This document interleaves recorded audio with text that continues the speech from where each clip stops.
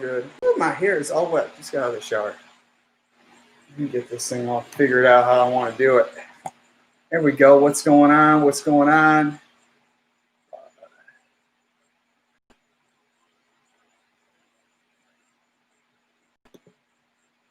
Hope everybody can everybody hear me? Is it working? So this time I'm putting the camera right in front of the computer. Oh, I was sitting on this key. Oh, this is gonna be complicated. All right, here we go. Let's see. Trying to do this without it hitting the key. Oh. Yeah, there we go. How does that work? Let's go. What's going on? What's up, Beowulf Nation? It's Friday. Hope everybody's having a good start of the weekend.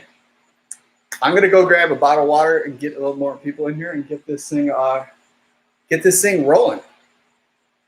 Ooh, I just got out of the shower, so my hair is sopping wet. Be right back and go and grab a water.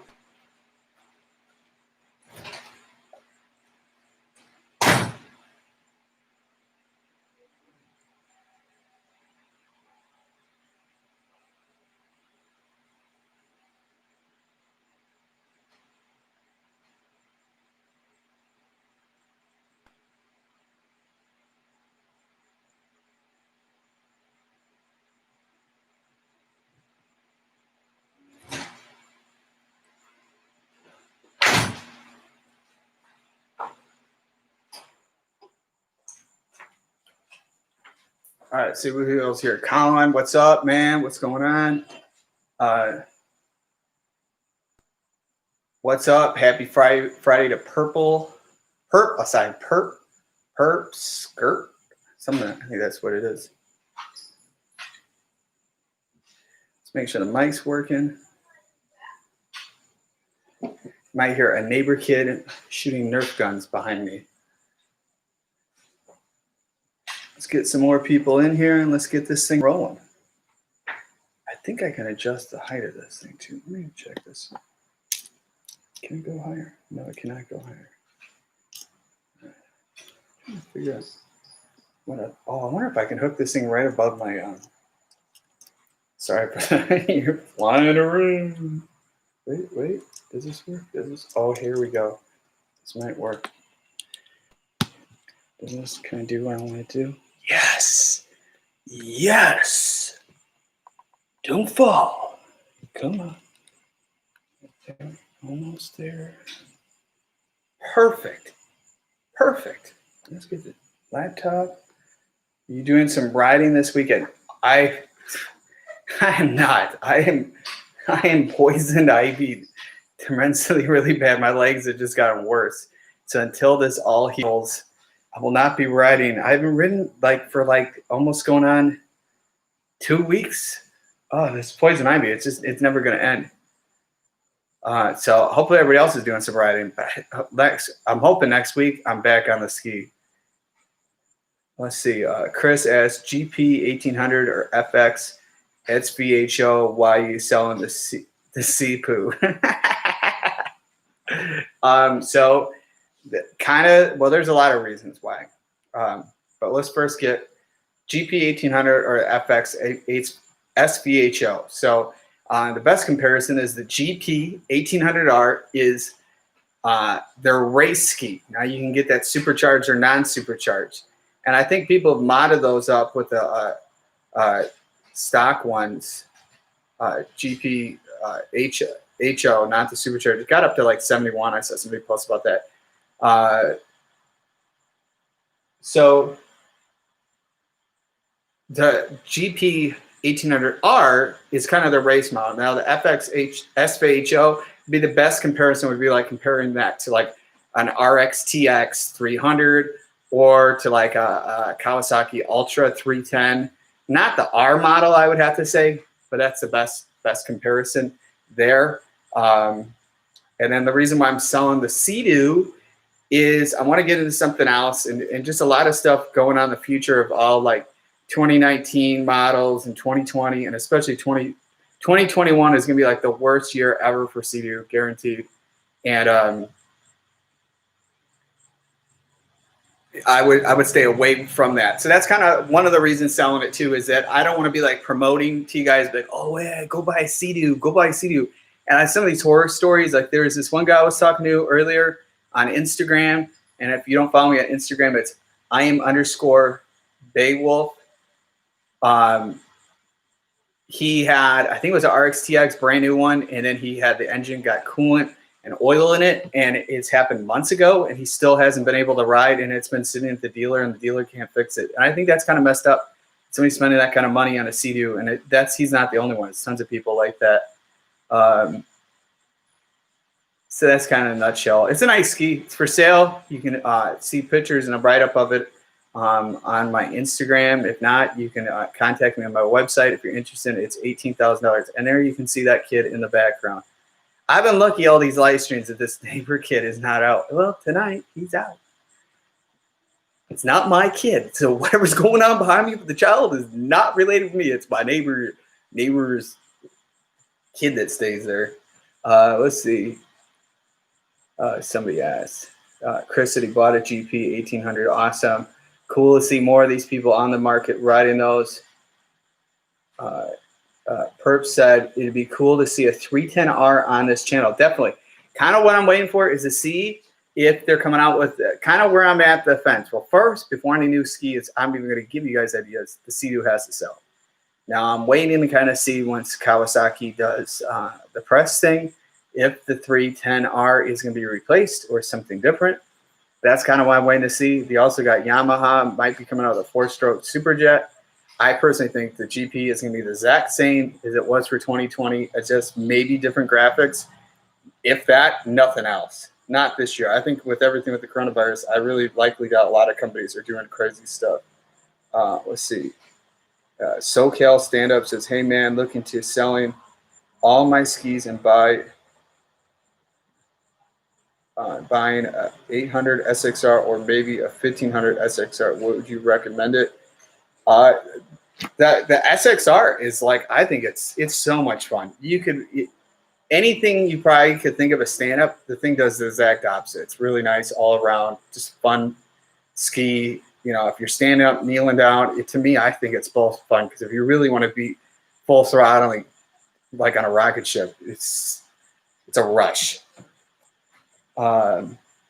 See, Marco said, I'll never own a Sea-Doo all Yamaha over here. Definitely. That's it. You guys are going to see in the next year or two, a lot of people, if you look on Facebook Marketplace, a lot of Sea-Doos for sale. A lot of people are leaving. It could be from my videos or not from my videos, but definitely stuff is changing. See, Perp said, yeah, they got to be due for a change. The 310R has been out for a long time. Definitely. Something, but I don't think it's going to happen this year. I really be hard to believe. SoCal Stand-Ups asked, does the 1500 feel too big? It's a big ski. It's to me, it's easy to go riding with it. You don't have to be mixing any fuels and all that. So I definitely think that the new Superjet is going to be a big ski too. I don't think it's going to be as tiny as the past ones. And it's kind of just the future. I know, like with my brother, when he had issues with his Yamaha wave ventry, he called a local dealer and they said they no longer touch anything. This is like a dealer sells Yamaha's, Kawasaki, Sea-Doo, and they said they don't touch two-strokes anymore, which is crazy because they do sell like two-stroke bikes and all that. But for whatever reason, maybe it's just because it's an old ski, they won't touch it. Colby asked, bought a 2020 FX Cruiser SVHO. Scary fast. Yeah, they're definitely cool. I mean, I think a lot of people are on the market, like their Sea-Doo owners are sleeping on what Kawasaki and Yamaha is doing. I think when somebody says the Yamahas don't look good, I mean, I think, man, they got to go to the eye doc and get their eyes checked. That's just my opinion. I think the FX SVHO. It's a nice looking ski in any of the color. The black's pretty cool, but I don't know how safe that is. People paying attention, seeing you, but it's definitely that Batman feel. Nathan asked, so if you remember, I have an RXP now. I also have a 2016 GTI SE. They have a 2019 Sea-Doo 150 with 8,500 thoughts. And if you want to be staying with the Sea-Doo, do what you want. I think that's kind of high in price, but that's just me. Yeah, Marco asked, any plans, new mods for the GP 1800R? Yeah, there's definitely some cool things. I was going to get that GPS to show you guys, and it's in my other garage, and I don't want to leave you guys hanging. Maybe I'll get it, maybe I'll not. Maybe the next live stream I'll grab it. I totally forgot about it. This time I had it like all set to launch, and I got the camera in a better place so you guys, like, I'm not looking here talking, I'm like looking straight at you guys. So I'll show you guys the newest mod. It's going to be happening soon. Is I have the new Riva Racing intake crate. This is their second generation one, and this will be being installed hopefully maybe the next couple of weeks. You guys will see this on the channel with this being on. They were nice and took back the old one, because basically I got the old one the day this came out, which I wish they knew about it, but they took care of me, so it's awesome. But they do have the last one of the generation one. I have to give a plug out for Riva Motorsports on eBay. They do have my old one on for sale, and I think it's $255. So if you're wanting to get intake crate, they do have that one. So if you want to save some money, definitely look at that. Jersey Boy Adam asked, hang on one second. I'm doing a live stream. Can you not make so much noise? All right. Oh my gosh. I'm talking about this. I'm like, oh, this kid. Oh man. Hang on a second.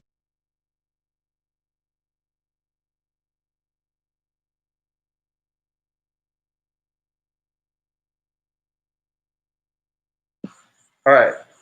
I had to tell him again, I'm doing a live stream.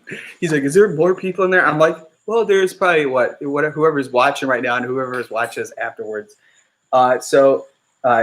Jersey Boy Adam at Sea-Doo boat coming to the channel. Question, that would be awesome. Well, I did own a 2012 Sea-Doo Speedster 150 supercharged boat. I really regret selling it. So definitely I've been keeping my eye out there, but everyone I see for sale are like really beat up.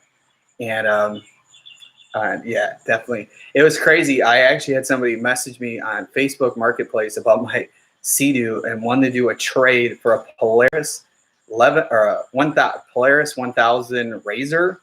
Done up, had a lot of stuff done, but the guy had like almost 300 hours. It would have came with a trailer. But I don't know if you guys really want to see side-by-side stuff. And plus, I told the guy, I'm like, I have nowhere to ride something like that. I live by boat ramps. I like going in the water. I don't want to be driving hours to go to some place where if they're open, you could go ride. I mean, I think it would be fun, but without doing it, I don't know if that would be a cool trade. I'd like to get another jet ski on the channel, not side-by-side. Favorite place you've ever rode? Well, that's a good question. I've had a lot of fun trips when I go to the Cayman Islands. The last time I went out there, if you guys haven't seen past videos, it would have been closer to the first of the year. I think there's a playlist that's Cayman Islands. And you check that out, and I did some cool riding there, and that's where the water is just crystal clear. Just awesome. That was a fun place to ride. I'd have to say the trip we took September of last year, my brother, myself, we went to California, and we went riding off the West Coast off to a oil rig. That was pretty cool. I tell you, that was like, and the water was freezing cold, and we were not dressed and prepared for it. I think I was prepared. I had the nice Beowulf Sea-Doo RXP-X polyester long sleeve shirt. And I was warm. My brother just had his swimming suit. He was freezing. Michael asked, what is better, Yamaha or Kawasaki? Now I have to say on this part, I think it's mutual on both brands. If we want to rate it, there's probably the top two. Yamaha and Kawasaki would be in the top one, and Sea-Doo would be in last place. So-called stand-ups. How many different stand-ups have you ride models wise? The only one I've ever ridden is by a big SXR 1500. There's been a couple times I've had a chance to ride there'll be a video coming out soon, probably in the next couple of weeks. There's somebody that lives on the Intercoastal Waterway, and he was on his Yamaha Superjet, but he wanted to ride my GP 1800R. And the reason I didn't do that is because the person is 11 years old, I think, and I'm not letting an 11-year-old ride my GP 1800R. That would not be a smart thing. But he wanted to trade, and I decided that was not an intelligent thing to do. So hopefully it would be cool. I wish there was like rental places where you could go and try out all these different stand-ups. I was actually watching last night, if anybody's watched Waterworld, awesome movie. Probably people ask what got me into jet skiing. It's probably when I was a kid. I remember when Waterworld came out and they got all the jet skis and they're doing all the stunts. I mean, it's just epic. And there's videos too. I went to the stunt show in Universal Studios, Hollywood, and filmed when they were doing that. And it's amazing how little of an area they got to ride. And they're shooting out of water with the stand up, and they got the sit down. It was just awesome. It's just such a fun movie. Definitely be cool to go get a vintage ski and make it be a Waterworld theme. That'd be. I was thinking that last night. I'm like looking at the different skis they were using and stuff, and the people riding this jet skis were called smokers. How different movies have changed. Let's see. Perp asks, I noticed that on the RXT-X, the dash was backlit, and also there is a headlight icon on the bottom of the dash. Always thought it would be awesome to ride night legally. Well, the reason why that's like that, if you didn't know, that is a Can-Am side-by-side, or you could say a Skidoo dash. That's kind of what I'm saying. It's a little cheap with Sea-Doo. Most states, there is no way you could legalize riding at night, and you need more than just a headlight. Plus, two, at night, like when you have boats, they have to be going at a no wake. I mean, if you want to putz around at night, just idling around, I don't know. I just think it's not the same as cars and stuff like that. So that's what I have to say is go look at the dash. It's on the new FX SVHO, and your mind you'll be like, whoa, touch screen, color. Yeah, people say that Yamaha slacking those CD owners, and I'm not trying to be a hater, but I just thought I'd take a look at it. You got to see what good stuff is out there. SoCal stand-up says you got to try some vintage stuff. Yeah, definitely somewhere else where there's no alligators and crocodiles. Here, yeah, there's too much stuff in the water that'll eat you. It's this one main place I ride, there's a giant gator that lives underneath a bridge. It's like every time you're going, they're like, is it gonna get me? Is today the day? And he's been there. When I past videos, it didn't get in the video, but I'm making a turn. This gator starts rising up where he's like, this would be the surface. So gator's like this. You could see him, but he's not coming.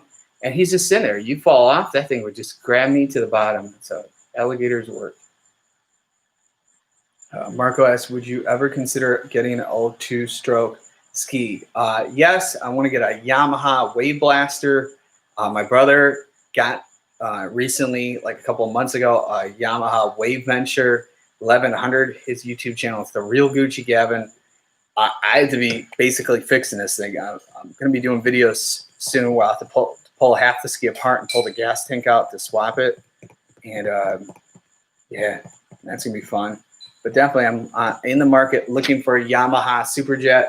I think those things are pretty cool. It's basically, or not a Yamaha Wave Blaster. I mean, it's basically like a Superjet. So-called stand is 550, 650, 750. Yeah, no, definitely. The problem is out here, like I'm probably one of the only people riding stand-ups. There's just a handful of people, and it's just most people live in the water here know how dangerous it is. There was a woman a couple of months ago went too close to a pond, and the gators. The best way to describe the DNR in the article said the alligators thought she was a deer. So just think what a deer would happen with an alligator. Not a fun sight. Not a fun sight. It would not be a good day. And then we got bull sharks in freshwater too. Definitely stuff that dangling your legs would not be too fun.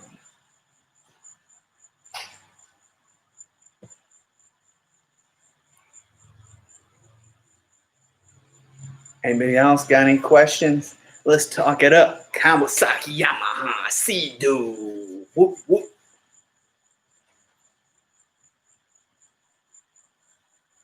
Oh, it's super humid out right now, I can tell you that. Woo! Glad I grabbed that water.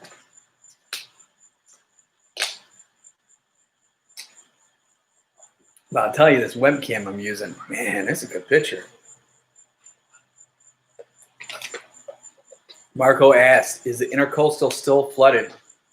It went down, but then we've been having rain a lot, so I haven't been by there to see. I'm hoping once my skin is healed that I can be getting out on the water.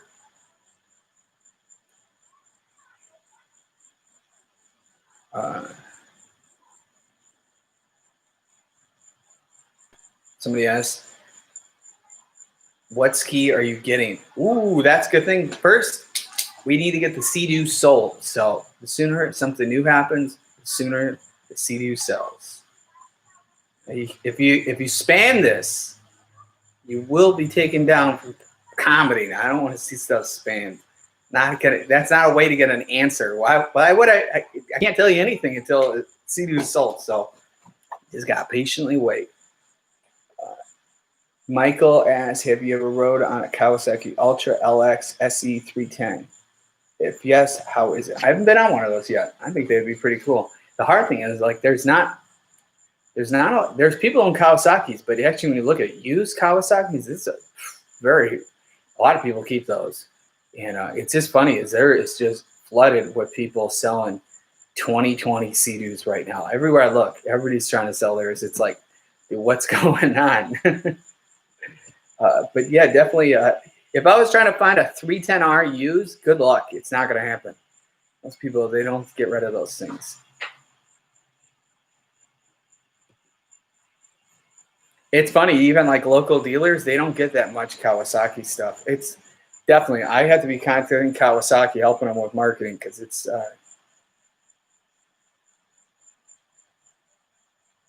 ABC asks, what is the deal reputation of the Sea-Doo sinking? Any truth to that? Well, it is totally 100% truth. It's not fake news. It's all with the carbon seal. And from what I've been told by dealer mechanics, the materials they're now making with all the new, like 2019 and up. So basically, even if you have an older Sea-Doo, they're using a whole different material with making the carbon seal. And I guess that they're going bad even sooner. The whole design, I don't know why they do it. They're the only manufacturer doing that. They're the only manufacturer closed loop cooling. They're only manufacturer with a carbon seal. Just does not make any sense. So basically, the longer you run, ways it could go out. It's a thing that's supposed to wear and go, but also too, the longer you run it out of the water, it can go faster because it's heating up. The water uses when it's in the water, when it's spinning, it keeps the thing from heating up. So when you're running the ski out of the water, you're just like wearing it out even sooner. Somebody asked, Perk asked, will the blow-up valve void the warranty on my GP?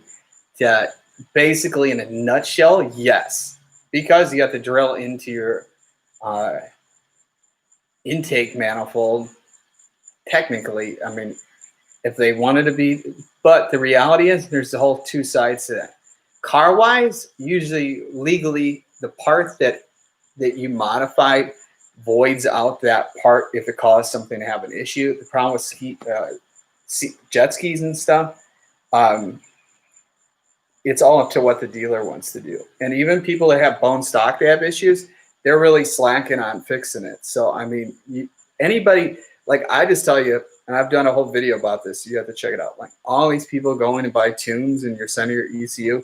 If you have a warranty, you're just dooming yourself. Especially if you everybody at Sea-Doo sending out your ECUs where you can't reflash it back yourself. I mean, you're dooming yourself big time. It's not even funny. But yeah, you can do the blow-up valve. I guess technically, if you had warranty, you cap off the part where it's coming out through and then put it back to stock. I mean, that's what I would do. To me, I do all the work myself, and I really don't even care if I have a warranty, because I just fix it myself. So if something major goes wrong, it's out of my pocket. So I make sure everything is like well maintained and not beaten on everything. I take care of all my stuff. Because that, to be a person, I don't trust the dealers. My experience, like when I've had past issues when I had to do an insurance claim and I had to go to the dealer, I had to fix everything they did. They did a crappy job putting it back together. Let's see, JL asks, looking to buy a GP 1800R SVHO. Probably start looking next summer. I'm stoked. Definitely, if you're looking and getting a 2021, you better like not be sleeping on it, because they're sold out everywhere right now.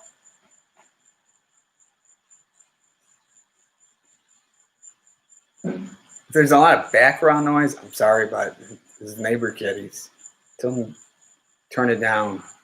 And instead he's just pounding on everything.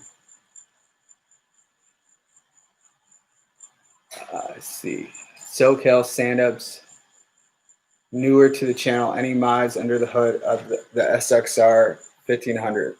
Yeah, I got the max boost filter, technically an intake, and pretty much else, like motor-wise, it's stock. There's really not a lot of stuff you could do, and personally, the thing's pretty fast as it is. I mean, I really wouldn't, they got EC reflashes and all that. I really don't think that would be worth it. There's also things where you can like upgrade the water lines to take lesser water going in the water box. I just don't personally know if it's worth doing that. A lot of parts you have to try. Like I'm taking off my Sponsons and trying a different one. A lot of these skis is like the hard sad thing is you're going to buy different parts and try them, because everybody rides a little bit different or likes it to feel a little different. So it's kind of like you got to buy a lot of stuff and try and sell it. I mean, I originally got the R&D sponsors because I was looking at everybody racing them. That's what everybody was using. I just personally didn't like how it's handling. And I've done the Watercross at Texas ride plate and intake rate, and everywhere online people are like, that's the best stuff. But after doing it, the ski likes the porpoise more. So it means it likes to shoot up in the wings, but it definitely helped fit it, making it feel more comfortable, like stable, going at really high speeds in rough water. But then it like shoots up a lot more. So it's kind of like a flip side of what you're doing, modifying it.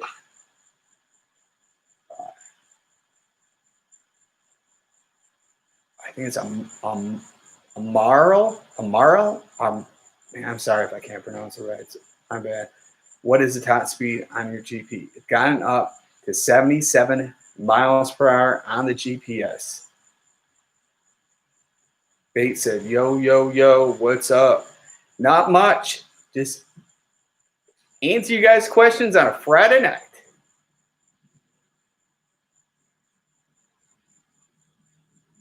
JL said, yeah, that's why I wanted to start next summer. There we go. We got a motorcycle going by. Let's make as much background noise as possible. JL said, yeah, that's why I'm waiting to start next summer. Everyone's buying them now because of COVID. Yeah, and it's going to be a flip side. There could be a huge shortage of stuff actually being releasing, coming out. I think there's like PlayStation 5, they're making like 3 or 4 times, I think, more than what they're planning on to, because people aren't going anywhere. And you got so many places like closing down, like Chuck E. Cheese and Dave and Buster's. And nobody's going. They can't even, like, who would want to go there and touch all these arcade games? Wouldn't be too intelligent. Bait asks, hey, I'm looking for a new ski. I want a little something better than a Spark. Nothing too crazy. Could you give me a guide? A good thing would be something not too crazy, but give you good handling, would be the GP 1800R HO, so the non-supercharged. Definitely would be a fun if you want to have fun with handling. Definitely, that's what I'd look at. Definitely, it's a little bit different than what a Spark is, but from what I've seen with Sparks, that plastic hull cracks really easy. Nice thing is easy to fix, but goes underwater, it's not good. Somebody asked, what is your favorite ski you have? That is a good question. I have to say, one time was the RXP-X, then I got the GP, and the GP took the thing. Then right now, I'm feeling it. Ski in the background.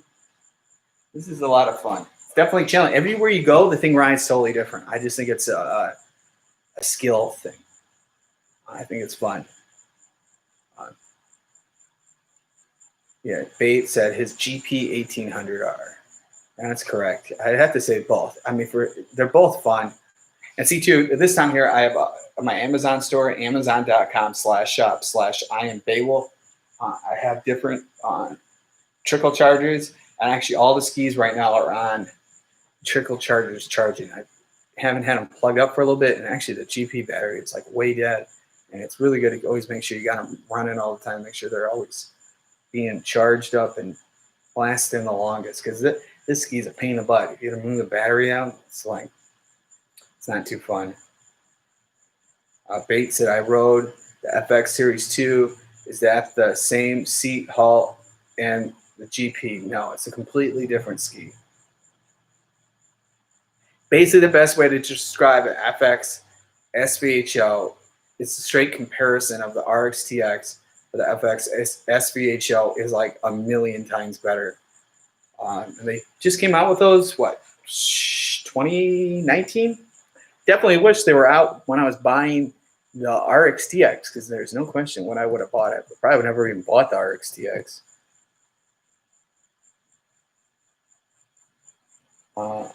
Marl, man, I'm sorry. What do you think about the Yamaha EXR? I think they're nice skis. I'm all into like the really fast skis, but that's not, if you're new to the game, that's not what you should be looking at.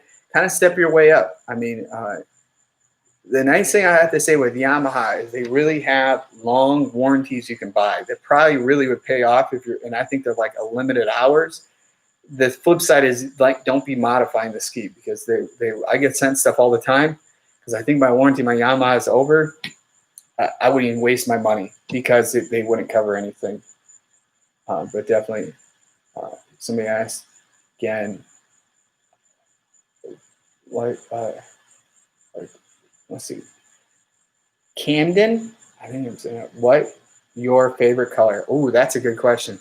My favorite color would have to be, through the years I changed my color. I think it's like a neon yellow, I think it's kind of my favorite, or red. Sometimes black's my favorite color. I don't know. It changes up. I wouldn't drive a car really bright color. My Jeep SRT is like kind of this gunmetal gray, kind of stealthy. And it has it's a night edition, so it has everywhere that be chrome. It's blacked out, so the roof's black. It's how it came. It's awesome. They only made so many of those in 2016, and be a hard thing to sell. I did see, though, that the Ford Bronco, they're announcing that there's rumors that it'll be coming out of V8 supercharged. Man, who knows? It's this Jeep Wrangler and Bronco thing is going to become a very big battle of what is going to be happening in the future with those. Somebody asked, why are you selling Sea-Doo? I have no problem answering this a million times. Basically, why I'm selling it, I want to get in another ski. I feel right now that the 2019 and up Sea-Doos have a lot of issues how they're built, and I really don't like doing videos promoting Sea-Doo and thinking you guys should get one, and you guys buy it and it has tons of issues. I feel like I'm the guy to blame with it. That's why I want to step away from Sea-Doo as far as possible. 2021 will be, you heard this first, the worst year to own a Sea-Doo. And if you don't believe me, there was a Fortune 500 article with the CEO of BRP, and they've had their factory closed, and they're going to be rushing as fast as they can to get 2021s once they announce what they're going to be. It's going to be, they said they're going to start hopefully in the next couple, like a month or so, open their factory and be racing to the first year of making them. And they already have issues making them normally. Just imagine what's going to be when they're rushed. It's going to be crazy. That's amazing. I want to get into something else. I like the RXP-X, but like everything, it's time to move to something else. But it's for sale, so if you know anybody and they're diehard, want a really nice looking RXP-X custom one of a kind, it's for sale, $18,000. All the info is on my Instagram, Iam_Beowulf. I might put stuff on my website, IamBeowulf.com, but I'm not sure. Perp said, is the tuner on Riva's site adding more boost, or is it just removing speed limiter? If anything, I do that just to flash it back to stock if I had to take it in. So what you probably should do is go on Riva Racing's site, and under their Maptuner, they have their archives of everything on there. So there's a million things that tuner can do scanning wise, that it's so much to list. It's unbelievable. Like their stage 2 tune, there's 3 different ones with that. They have ones where they can flash out this GPS limiter, but you could buy the SCOM to do that. There's a whole bunch of stuff. So, I mean, definitely look at that. But I know the one thing, though, is like a Sea-Doo has an issue where like something goes with the check engine light, severe thing. It does stay recorded in there. So when you go into the dealer, they will know what's going on. So kind of, I guess, the best thing to do to be safe, if you're all about warranty, you just get the SCOM. Just don't drill the holes in the hull to mount it. That's probably the best bet. And I think there's a lot of people out there that own Sea-Doos that they haven't had that issue yet, and they go buy those mail order tunes. And they think it's so great to get up to 80 miles per hour. And once something goes wrong and they need to get it fixed, they go, oh, man, what a mistake did I do? But take a look. There's all different ones. With the Sea-Doos, Kawasaki's, and Yamahas. Bates said I meant to say VX, not FX. So is the VX the same seat hull as the GP?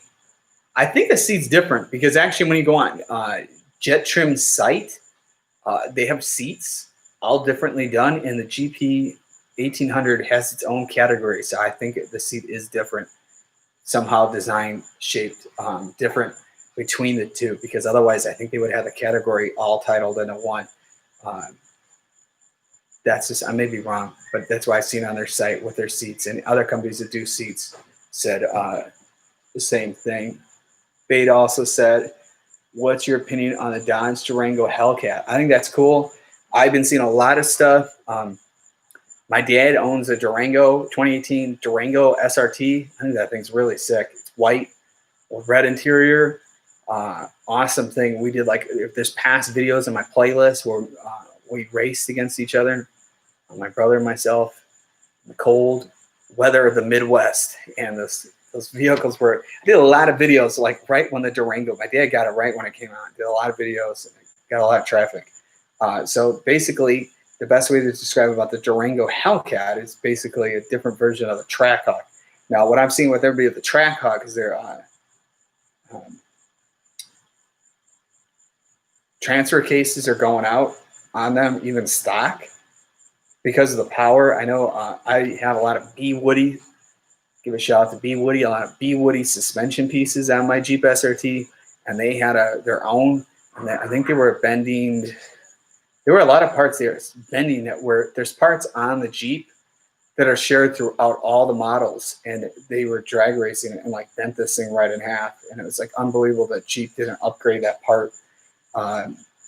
Yeah, so the Durango Hellcat is awesome, except for its limited production, 1 year, because there's spy shots just right now I saw online the 2022 Jeep Grand Cherokee, and the rumor is the Jeep Grand Cherokee and the Durango are sharing the same platform, which is basically, I think it's still from the spy shots, it's going to have this huge monitor like the Tesla.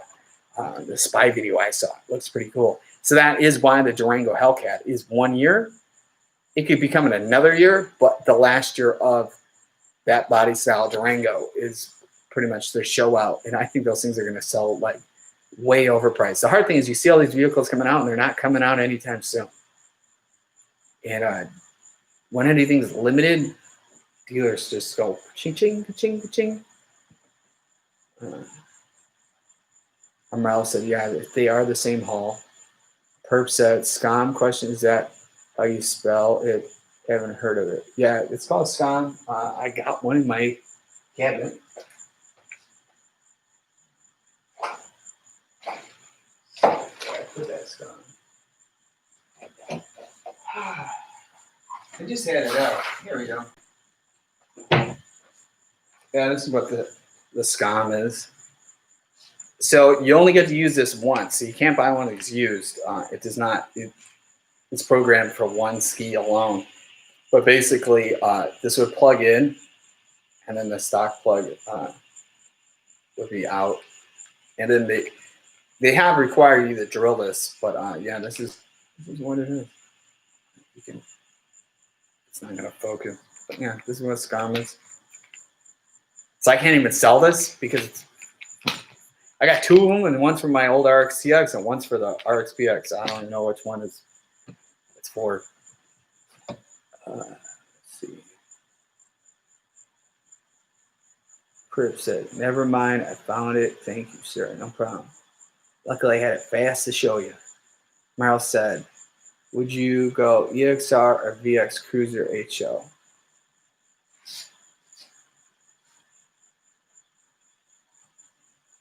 Oh, Perp said, "Yeah, no. This thing is only for Sea-Doos. This is not for Yamaha."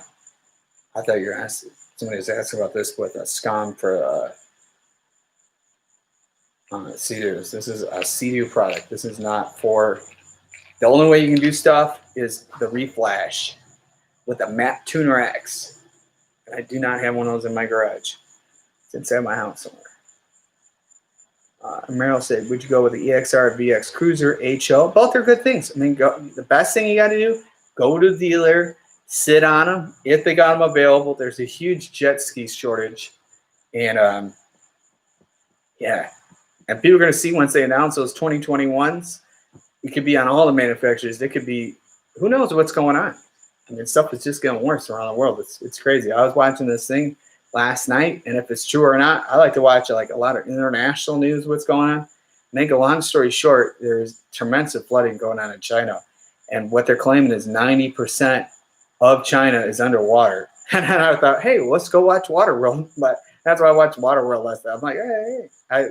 It's fun watching that. Got a Blu-ray, and there was somebody actually selling a Blu-ray for that for $500 on eBay last night. I was looking, I'm like, oh my gosh, this is like a rare movie or something. Man, $500 for a Blu-ray. That's crazy. Yeah, so like China is 90% underwater, and it's like, man, it's crazy. Basically, if you only had 10 grand, what jet ski would you buy? So if I had 10 grand, what would be the only jet ski I'd buy? Well, bam, right there. That's what I would get. That I think is the best, worth the money. But again, too, it's what's used and all that. I mean, 10 grand, there's a lot of stuff. 10 grand, you could buy some like vintage. You could buy like 5 or 6 vintage skis for 10 grand. I mean, it's all what's out there. 10 grand, I'd buy like a Yamaha Wave Blaster if you like the vintage stuff. I don't know, 10 grand, it's like you don't have a lot of options which you can buy newer. I mean, there's a lot of stuff older, but yeah, I think if I get a Wave Blaster, but that's just me. The Wave Blaster, you're gonna be flying in the sky. Oh man, if people think the Spark Trick School, Yamaha Wave Blaster, blow your mind. How many how many jet skis have you had? Or how many jet skis had you have? All right, so we'll list them all off. So first one was a 1997 Yamaha Wave Venture 700. And then my second one, if you want to consider it a jet ski, I had a 2012 Sea-Doo Speedster 150 supercharged jet boat. It was the last year they made it. Sold that, and then I got I had a 2018 Sea-Doo GTR-X. It's because they're 260. Had that at the same time as when I bought my RXT-X 300. Sold the GTR-X. Bought the RXP-X. Then I got the Yamaha GP 1800R. And then I got the Kawasaki SXR 1500. So I've had technically 7, or you want to consider 6. And a lot more to come. A lot more to come. Meryl said the Kawasaki STX. So everything Kawasaki makes, they know their stuff. Original racing was only Kawasaki. I actually think when you watch the old Waterworld, if I'm not, I may be wrong, but I think all the jet skis and stand-ups were all Kawasaki used. And I'm pretty positive the stand-ups they were on were for sure Kawasaki's. I'm pretty positive. It's hard to tell because they add a lot of stuff on it. I'm pretty positive old Kawasaki's well used because that movie came out in 1995. Jill said, I have a 97 Yamaha GP 1200. I love it. It's such a great ski. But I'm ready for a 4-stroke. Yeah, they're definitely a lot of fun. There was a couple of times there were some pretty good deals on GP 1200s and stuff like that that I was trying to get my hands on to kind of do like a whole project ski, rebuilding it, and then it just never materialized. It's kind of hard. Sometimes people are kind of flaky when you're trying to buy stuff. I know, like today, I slept on it and was like, basically was going to buy this. I recently got a PlayStation 4 Pro and they got the VR headsets. And I saw somebody selling one for a deal. And I was like, I wanted to try to see if they go a little lower. And man, I snoozed and lose. And somebody snatched that right in front of me on eBay. And I was pissed. They got the racing games, like all this stuff. Man, they got the Iron Man thing. I'd be like in my house, like I'm flying. And I just think that'd be so much fun. That's actually the thumbnail from this. Is I just completed, I think it was yesterday or day before, I finally beat what's it called? Oh man, I should know what I was playing. That game, it's called Last of Us Part 2. And I took a photo with my phone because you're in this like aquarium and they had this whole like great white shark thing. It was just like unbelievable. I was like, I have to take a photo of this. This is just so awesome. I wish there was an aquarium that was actually set up like that. It was so cool. Somebody asked, for ocean riding between Sea-Doo and a Yamaha, which one is better? I actually personally think the Yamaha is better in the ocean. That's just my opinion. I felt the RXT-X bounced in the water. I hated how that thing rode in the ocean. It just felt like it bounced. People think it cut through the water. It felt like it bounced. I mean, the RXP-X is good, but sometimes the RXP-X, with some ways, it would just go straight through it, and then you just get super wet. I've been in like really, really rough water. If you look at some past videos with the GP, and I had a blast down the ocean. I was a couple of miles off the coast, right at dusk. Prime time, shark want to eat me, and man, I was having a blast out there. I mean, everybody's a preference of how they ride. There's a lot of people think Yamahas aren't good in the ocean. But yet Yamaha wins every race, and they race in the ocean. It's hard to argue on that one. Bates said you should buy a 5th gen Dodge Viper, do build on it. That would be open up to the car side of you, and wouldn't be cool to see the channel expand. Yeah, I did a lot of stuff with the Hellcat. If you look at past videos, I did all this drag racing, and it just never really materialized doing that with the car stuff. So I did a lot of videos with the Hellcat. The hard thing is not everybody. There's a lot of YouTubers that are out there that are like the car stuff, and man, they've been doing it for a long time. And there's a lot of people trying to be doing the car stuff, and it sometimes doesn't work for people. But it would be cool. I'd like to get another Dodge Viper gun. I professional race for Dodge Motorsports and raced a Viper Comp Coupe. So that was a Viper that was never had a street car life. It was a Pacific build race car from Dodge. Awesome car. Super hot. Get over like 200 something degrees. You got to wear a cool suit. I did one race where I had the flu. I felt like I was going to die. And it was a street course in St. Petersburg, Florida, with the Speed World Challenge Series. And yeah, I hopped in that thing, manned it up, and raced when I was severely sick. And I missed qualifying. And everybody's like, "Where were you?" I'm like, "Oh, I just had food poisoning." I was dying at the hotel. Basically got there and didn't talk to nobody, put on a suit and got in there. And the street courses is where they shut, like those ones are the scariest ones because they shut down city streets, weld the manholes for the sewers. You make one mistake, you're flying into a concrete wall. But Bates said, but a Dodge Viper is very rare. People would seek the channel to see such a thing. Yeah, all car videos is going to be anything future I do car-wise is on my second YouTube channel, Beowulf Nation. Check it out. So this channel is only jet skis. You only see jet ski stuff. You will not see in this channel anymore like me going to Halloween horror nights, none of that. That will all be on Beowulf Nation. Everything that's non-jet ski related is on Beowulf Nation. And that channel, I think, only got like 100 subscribers on it. So if you could go over there and hit that subscribe button, that'd be cool. Let's kind of get that ball rolling. I haven't been posting a lot on there, but definitely check it out, Beowulf Nation. And also, too, I like to do on that is like a lot of people who do like videos of their own jet ski stuff and want to kind of get it seen. I like it like probably where I edit some people's videos and put it on the Beowulf Nation is kind of what the goal was with that, too. And also, too, how about a jet ski tug of war? That's, yeah, if you want to. It's not much that can happen except you're going to destroy your hull. It would not be intelligent. Got to remember, they're all fiberglass, or if you're the new CDUs, you got plastic.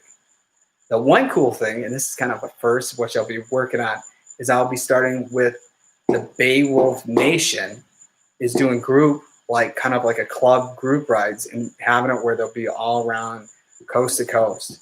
And that's something that works. I'm working on. And once this whole COVID-19 thing is over, that's what my plan is. So my plan is to do these big group rides. I hook up whatever jet ski I'm bringing across country and ride from one coast to the next coast back. Good thing I'm already on the East Coast. I'm going to go to the West Coast and come right back and test out like lakes and all that stuff. And that's actually what I was planning to do this year with everything going on. It's not a prime traveling. And then I'm actually too picking up a Doberman Pinscher puppy that I've been waiting for on Wednesday. So it's going to be a lot of fun traveling cross country with 4 dogs once that happens. Bates said, what do you think is a good age to start riding? I think it's there's a lot of people that have people too young. Like when I started riding, I was in junior high, so I don't know how old I was, 7th grade, so whatever that, I was like 12, maybe 12. Probably 12. And the lake that my parents still live on, Lake Holly, give a shout out to that communist place because they won't let me ride there. It's so silly. My parents live on the water and they got all these rules about having jet skis, and it's silly. You can't just show up and ride when they even own property there. But anyways, there I think you got to be like 15 or 16. I think 16. And I always had to lie my age when I get stopped by security out on the water. How old are you? And I'm like, oh, I'm 16. And I'm like, it's 7th grade. But everybody's different. But definitely I wouldn't start earlier than that. I think there's a lot of responsibilities when you're out there. And jet skis, once you stop it, like you hit the brakes or it shuts off, there is no control over that. And you really got to pay attention to boats. And boats aren't looking out for you. I know a lot of stuff. Like I hear people all the time. Like some of these comments, my last video, somebody's like thinking the whole time you ride that stand-up, you're dangling off the back. And the biggest thing is the nice thing of that Kawasaki 1500R, you can sit on it with it not even running on your knees. And the biggest thing is like you want people to see you when you're out there. Nobody on these boats, when a boat's going fast, and a boat's going slow, it's like this. When they're going fast, it's like this. So that's why a lot of people on boats, they got to stand up to see stuff, because if they're actually sitting, they're not seeing anything. So here you this low-profile thing. Let's get a best thing. And I like this, and if you're not up high enough to be seen, you can get ran over, especially when half the ski is black. I mean, that's like you're kind of just not noticed. So the biggest thing is to have kind of bright colors or just be way noticeable when you're riding those things, right? Like I did in the last live stream, my mom was in high school. She got in a boating accident with her dad and her brother, and I take all that stuff really serious when you're in the water because there is no ambulance coming out to you on the water. It's especially if you're out in the middle of nowhere, man. That's why I have to do another video. I got this whole gear bag. I have trauma kits, and I got like all this stuff. I mean, I'm able to like do anything can happen out there. Tourniquets and all that kind of stuff. I know how to do all that survival, like medical stuff. Have you ever been hurt on a jet ski before? Nothing too bad. But I have had stuff, you know, usually like a lot of times when I ride in the ocean, I always have a helmet on. And if I didn't, there's plenty of times where you're jumping waves and stuff, and your face falls a little forward. And if you didn't have that, you'd probably hit the handlebars and knock you out. I definitely always wanted to stand up. I always wear a helmet. Plus, it makes it easy. It'd be hard to film, but then it's nice too. Is there's no way that you get hurt. But the hard thing is when you're in the water, it's like you got a helmet on your head, and you got boots on. It's just everything to make it harder to swim is happening. But it's nicer because then you got the goggles on. But I've seen horror stories of people really getting hurt. That's why I tell a lot of people too. Use jet skis. It's no some claim game of going 80 miles per hour faster, because if you fall off, there was somebody recently I saw a post, fell off on their Kawasaki doing 77, and the doctor told me he can never ride a jet ski again because of an accident. So that's stuff people have to think about when you're doing all this stuff. You got to be real careful. It sucked, like I said in the last live stream, it sucked if a doctor told me I couldn't ride again. Bate said, one time I hit a sandbar doing 50.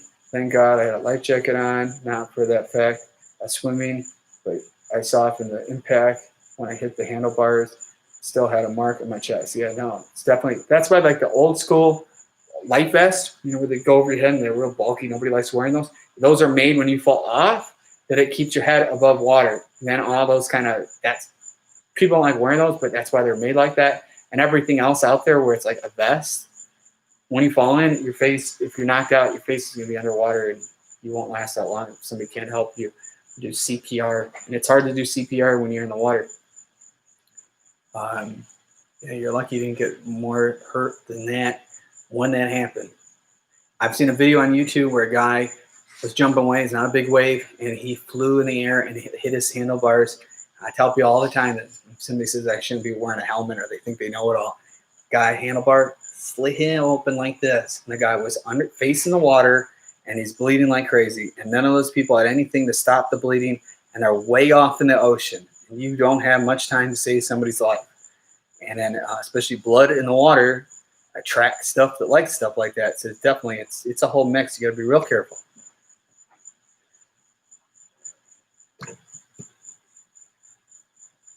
Basically, its hood popped open. It was a secret. Maybe it's a different video.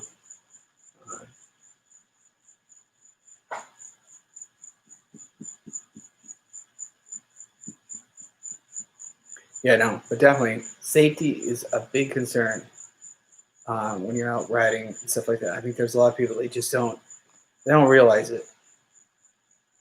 That's why, like, if you were on a motorcycle and you don't wear a helmet, like, you're crazy. Really, you're crazy, man. My dad's a doctor, and he would tell you all the time when people come in there in motorcycle accidents, all the organ donors are motorcyclists, and it's no joke. You hear it from the horse's mouth. Michael asked, do you think Kawasaki's are overpriced for the technology they have? No, I think the reason why their technology is where they're at is because if something's not broke, don't fix it. And it's like the same thing when you look at like another comparison to Japanese brands. Look at Honda, look at Toyota. Like if you look at like the Toyota Tacoma, Toyota Tundra, for example, the Toyota Tundra, I think it's been the same since day one it came out. They've upgraded stuff. But when something's not broke, they're not fixing it. Then you look at some of these brands, like the Ford Raptor, when they came with the new body style, they changed that plastic oil pans, and then getting their transmissions built in Mexico, and they have all these issues and stuff. I mean, they just try to do too crazy stuff. That's where the hard thing, car-wise, some brands are doing stuff all the time. Bates said, I saw an idea of a seatbelt on for a ski. What do you think about that? I think that would be a stupid idea. What happens if the thing flips and you're like stuck in there? I don't think a seatbelt would be a smart thing. If you look at a lot of crash tests, like look at old school car crash tests when they just had the lap belts, and then people, my mom, dad were telling me like it was so hard when people be convinced when they have like, first they have seatbelts, then they have like an actual, like a 3-point seatbelt. And then when you ride a race car with like a 5-point, 4-point harness, I mean, you can't even move. And then a lot of, like when I raced, I wore a Hans device that had these straps that hook to your helmet, stop from injury, your neck flying forward, and even the Han device. I mean, you have some movement, like this is it. So your eyes are basically looking in the mirrors of the car and stuff. And the Hans device would go underneath your straps. A lot of it too, jet skis, you constantly have to balance yourself in different ways of like when you're turning, sitting, jumping ways, all that stuff. Because if you sit the whole time and not kind of, it's like a horse. If you ever watch people ride a Western or English or riding horse, each of those saddles, you got to ride the horse completely different. It's not the same riding. I used to horseback ride, so that's why I've done English and Western. I actually think personally, I think riding a horse is like super scary. I had a couple of Norwegian fjord horses, and the one horse I had, her name was Rita, and Rita was a little bad on eyesight, and like we're going downhill, and then she like kind of stumbled and flew me forward, and luckily stopped. But I was right in front of the horse, and like think of an 18-pound horse right in front of you, and we're going downhill, and luckily she stopped. Otherwise, she would have walked over me, and man, I'd be squished. Definitely, a horse with bad eyesight is a very scary thing, and especially when you start getting a gallop and stuff, and you're like, oh my god, and you can't just bail right off. But it's a lot of fun. But I think I like to be in something where I feel I have control. JL said my friend just bought a Sea-Doo 215. I rode it for the first time today. It's pretty fast ski. What are your thoughts? I think they're nice. Everything out there. I mean, every ski is going to ride different and handle. And my biggest thing, it doesn't matter what the ski is, as long as you guys are going out and having fun at riding. That's the biggest thing at the end of the day. It doesn't really matter the battle of who's the best manufacturer. Any ski is better than no ski. That's what I tell people all the time. My brother was like complaining about how his ski's not been working and stuff. And I said, you know what? Most people don't even have a ski. So you should be grateful for whatever you got. It's better than having nothing, is my opinion in life. Let's see. Bates said, and do you like Kawasaki brake and reverse? Their stuff is just different. I mean, I don't use any brakes. This IBR, I think, is a waste of money. On the Sea-Doo, I don't use any of that stuff because the Yamaha doesn't have it, and definitely that SXR behind me, there's no neutral, there's no reverse, there is no brakes. It's all balance, and especially when you go load it up and all that stuff. HE screener exit, what's up, man? Cool content. Been watching your videos since we've found your channel. Keep it up. You should come join us for a ride here in Norway. Best regards from the Jet Ski Club. Yeah, I can't talk. Jet Ski Club. Scavenger. What's up, Norway? I'm 50-50 Norwegian and Swedish, and I have relatives in Norway and Sweden. And here, for a long story made short to you Scandinavians, my mother does genealogy. She's been doing it for a while, and no joke, she traced it back to a Viking village in Sweden where King Beowulf lived, is where my Swedish side of ancestors came. So it could be, no joke, that I am related to King Beowulf. No joke. And definitely my one relatives, I'll make a long story made short. My one set of relatives, my first time ever going to Norway, I think it was 9 or 10 years old. Maybe 9. I don't know. It's the year Jurassic Park came out. Because I remember I was like, saw that summer, and like that's all I talked about. Jurassic Park. And then in Europe, they're behind a while. So like when Jurassic Park was already out here in the States, and Europe, they didn't even see it. They saw trailers. And I was like one of those people, like I had to tell all of it, oh, Jurassic Park. So we went there, and it was a kid, and my relatives lived on like a state park was their property. And on there was Vikings, the kings would bury their ships underwater. And they had the rune stone, these big stones. You wouldn't even imagine how people did that back then. And that was on their property and stuff, and just like crazy stuff. I mean, just super cool. And then I stayed too with relatives. I wish I knew all the names of these places. There was some island off of Assel, I recall. And there's this food called lefse. If anybody from Scandinavia is watching, I would eat all the lefse in Norway and Sweden. Any relatives that live on farms I would come to when I was a kid, and they'd pull out the plate of lefse. I was like, like the transportation is there different than here in the States. And you have these boats, these ferries and stuff. And they have food, and I'd buy all the lefse on board of the boat. Definitely, it was a fun time. Been to Europe a bunch of times. My parents actually took their wedding anniversary. They went to Sweden last year. But definitely, once the coronavirus is done, I'd be cool to take a trip to Norway. and do some jet skiing. We got the fjords, and actually too, if you have all the crazy thing. So the Vikings, this is Odin. The Vikings would worship Odin, their god, and this was designed like thousands of years ago. This emblem. I mean, it's kind of mind blowing when you think about it. So that's why I got the whole. There's like kind of like Scandinavian related stuff with the wolves, and those are supposed to be, I think they're dragons and stuff like that. There's definitely more Scandinavian Viking tattoos in the future I'd like to get. That's kind of what I got. So sorry, my little rant about Norway and Sweden, but definitely it'd be cool to go do jet skiing. I know my parents, when they were there in Sweden, they stayed at some lake, and they said there were Sea-Doos. I think maybe Sea-Doo, or I don't know. They couldn't tell me what brand it was there, but there were people on this lake jet skiing, and I thought, well, that would be pretty freaking cool. Go in there and go jet skiing. Imagine if I could transport one of my jet skis there and go around Norway, and I think this island my relatives lived in, the fjords would come in there, and orcas would come there. That'd be so cool. My biggest dream is a jet ski with an orca. And they do travel somewhat down into North Carolina. They've been recorded, but it's kind of when an orca comes in their waters, the great white sharks leave the area because the great white sharks, or the orcas, like to eat the testicles, the kidneys, and the stomachs of great white sharks. And they surgically remove it and suck it right on. It's crazy.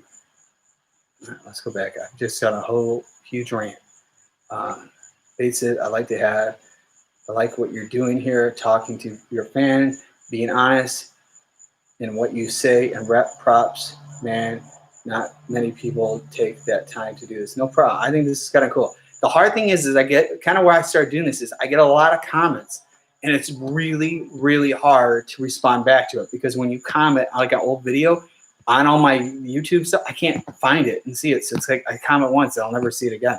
So that's why I find this is a better way to communicate. It's awesome to comment on the channel, on the videos that other people could talk to, but it's like super hard for me to do that. So I figured this, take a couple hours out, a couple times a week, makes this real easy. People have questions, and we can all kind of hear something jet ski wise. I like to be honest. I'm not fake. I'm not trying to sell you parts. Like, this isn't how I'm making my living, selling parts and stuff. I'd rather tell you the true stuff than people are fake. They're just, that's how they're trying to make money on what they're doing, and people are getting sucked into that black hole of being, not realizing what's really going on. Harrison George said, want to know what I'm getting into. Michael said, do Kawasaki 310 horsepower jet skis have bad fuel economy? I've heard they get really good stuff. The problem is when I had my Sea-Doo boat supercharged, it sucked on fuel. It's terrible. It was just like a nightmare. And every Sea-Doo I've had that's supercharged, it's just terrible.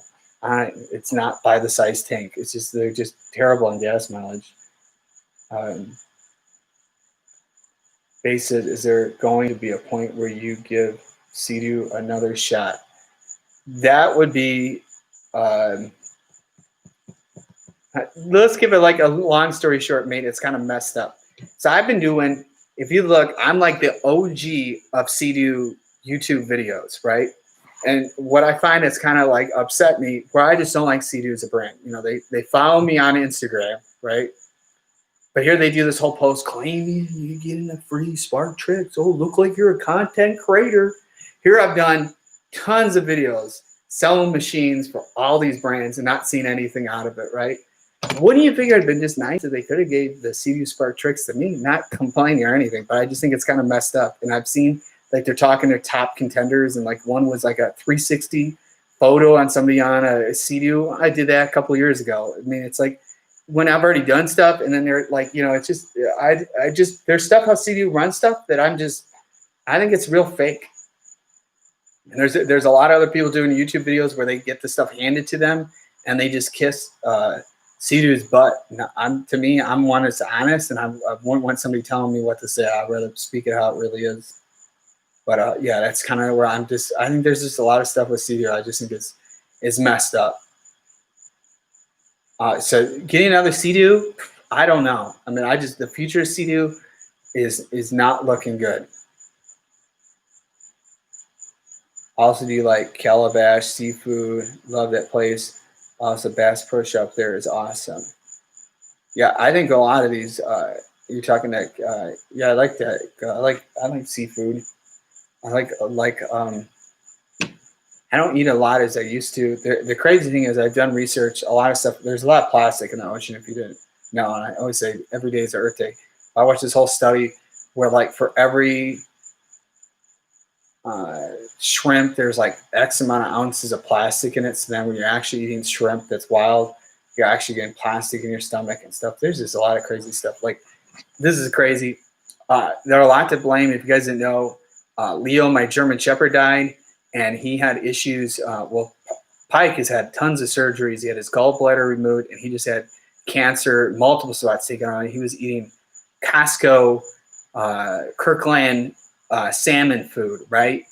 And recently I just found there's tons of recalls, tons of people having health issues. And Leo, my German Shepherd, died from eating their dog food. And Costco's, you have to call me back.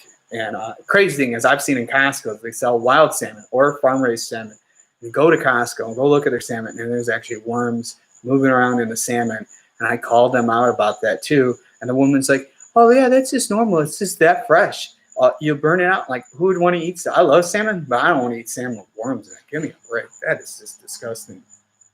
Yeah, suing should be a thing, but the problem is when you sue people, you never win. It's the lawyers that make all the money. Yeah, so it's all messed up. So that's kind of like Willie was planned because I was hoping Willie would learn everything. Leo, my German Shepherd, was completely like home protection trained.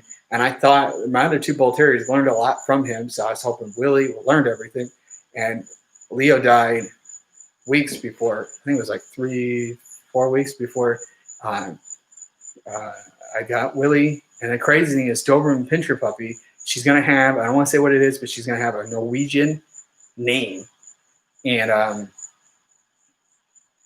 she was born the same day my German Shepherd died. It's totally like kind of crazy. It was real hard to find a Doberman Pinscher, and then to find one the day the dog was born was the day my dog died. And so what a weird karma, or what, I don't know what you consider it, just totally weird. Yes, I've been like a little emotional about this whole losing Leo, and you watch the news and you see stuff that's kind of scary all around there, and lose a trained home protection dog. I have no problem sleeping at night, and this is not the same. But I know this new dog will be really good, but you have to train it all over again. Michael said, thank you so much for answering my questions. Love what you're doing. Thank you. I appreciate it. And there's also, too, if you guys look in the chat, there's a money sign, and you can help support I Am Beowulf, and you can even donate $1. I'm not asking you to, but hey, everything counts. The new stuff on the channel. I mean, nothing's free, and I try to keep everything fresh. So, you know, the donate button's there if you'd like to donate. You don't have to. It's not required. Let's see. Bate said he agrees, and also said not often you find people like this. Thank you, sir. Joe says, hi, buddy. What's going on? Repping Myrtle Beach here. Bates said earlier, said you should sue ASAP. Yeah, they wanted me to fill out some forms after showing up there. And it's crazy. The manager that night said, too, her dog recently died. Oh, go figure. Hey, you lost another dog, too?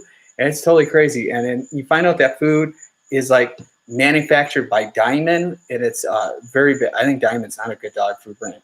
And it's like that's a hard thing when you're buying half this stuff nowadays. It's like you have to do so much research, and I think stuff with dog food, it's very crucial. I got them on something else that they've been doing really good, because during that time too, my other dogs are having like really bad stuff. My Bull Terriers have been getting a lot of tumors happening. And since I moved down here, it's when I started feeding them the Costco dog food. And I think that is what to blame.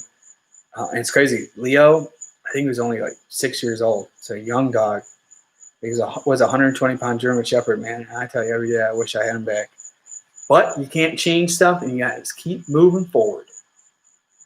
Boss Man said, I got a 2020 RXT 300. Want to get into this 80 club. Any recommendation, do's and don'ts? The don'ts would be if you watched past videos way from a couple of years ago, I won't name names who the person is, and if you comment saying their name, I will delete it immediately because I am not advertising that person. Anybody doing mail order tunes, stay away from that, because that was partly So much damage was done is why I sold the ski. Hey, Bake gave $1. I appreciate that. Thanks a lot, buddy. Thanks a lot. That's cool. And you get to be shown you get donated $1. Thank you, man. Dollar counts. So yeah, definitely things you shouldn't do is do not put a soulless prop on your ski. And if you have a warranty and you just bought a 2012, I would be very careful what mods you do, because there's a good chance you would void your warranty. So I mean, there's a whole thing of what you want to do. You know, if you just bought a brand new ski, you don't want to do stuff that will void your warranty. I think that's a crucial thing. But if money's not a problem, I mean, there's a whole bunch of stuff. I really think Riva racing is the way to go. I should have done that. If you watched other things, I did different things, and I'm glad the route I did go with Riva racing. And the cool thing is their Maptuner X. If you have a bunch of buddies, y'all pitch in to buy the Maptuner. You can tune unlimited skis. You just need to buy a license for each ski. It's a good deal. And all you guys can be changing tunes and all that kind of fun stuff. Let's see.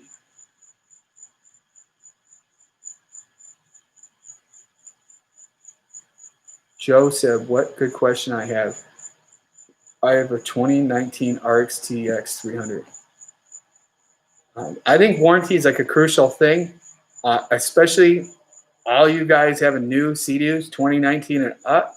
I follow everything going on there. There's people with 2020 RXT-Xs that have had the supercharger explode, bone stack. Man, I don't know if the 80 mile per hour club would be a smart idea. There was another guy who counted me, I think he has a 2020 or 2019 Sea-Doo RXT-X, bone stack, not a lot of hours, got coolant and oil mixed together. His ski doesn't work, and it's not worked for 2 months. BRP is not hardly doing anything. The dealer claims they don't have tools to take the engine out. BRP doesn't even want to cover it under warranty. It's kind of messed up. So yeah, this guy's season is going to be just having his ski sitting at a dealer, wishing it would work, wishing he bought a Kawasaki or a Yamaha. And I don't want to be the one saying whatever you guys got is junk, but I'm telling you, you hear it all the time from people, and it's the truth. Bates said it will go up each stream, babe. Well, thank you. I appreciate it. Could you try, Bates said, could you try do a water wheelie on one of these skis in your next video? Yeah, I'll try doing that. Bossman said, would you consider Riva's tune safe than a mail order? 100%. So the big things is what their tune, all their tunes, sometimes they might not have the fastest speeds, but all their tunes are made to do left and right, not straight line speed. So a lot of these people out there tuning it or actually claiming they're tuners and using somebody else's tune when they're trying to claim they're doing it. I don't want to get them about that, but it definitely, I know the truth, and people tell me everything, and I learn stuff myself, and sometimes I keep my mouth shut about certain things. But a lot of people out there, if you guys really knew, you'd be like, oh my God. But anyways, their tune is safe. It's made to do like Watercross racing, and that they have a realistic tune, and they're a huge company that have insurance. I definitely tell you, there's a lot of companies out there who are selling these mail order tunes, and if they actually had insurance of any type with their business, their insurer would tell them not to be doing that, because if something happened, somebody would sue them and they would lose their home, everything they got. And definitely those people are playing with fire when they're doing stuff like that, and just think they're just trying to make money, fast money, and not realizing Riva Racing is a huge company. It's been around since the 80s, and they're not going anywhere anytime soon. And they're awesome people to deal with. Even if I've had issues, they always, in the end, they come through and come with a win of fixing stuff. They make really nice stuff. And actually, too, the ride plate that's on all 2019 and up Yamaha GP 1800Rs is the Riva Racing ride plate. And that's what Yamaha uses on their skis, how they come factory. And it shows a level of who they are as a company. When manufacturers are putting their parts on their skis, there aren't stamps showing it, but that's what they're using. It's the exact same. The Riva one's black and it's stamped Riva, but it's the exact same thing. And it shows a level of who Riva Racing is as a company. And I greatly respect them. And if you're looking to buy anything, you can call them and ask for Will Mina, and he will hook you up. And you got to make sure when you call him, say, I am Beowulf, told me on the live stream to call. Awesome guy, good guy. He's really into motorcycles. He wishes one day he could have a jet ski. And I think at one time he wanted to sell his motorcycle because jet ski, he told me. Bates said, "Oh my God, I can't wait to see you try to pull that 800-pound ski out of the water. That is going to be great." Yeah, my biggest thing is out here is that hopefully the alligator can bite me from behind. And definitely the springtime is when it's the most dangerous here. And my brother is a lifeguard, and they did have last week, there was an alligator on the beach. They claim came through the sewers. The crazy thing in this state, different than other states, because it does in the winter, it does get a little cold.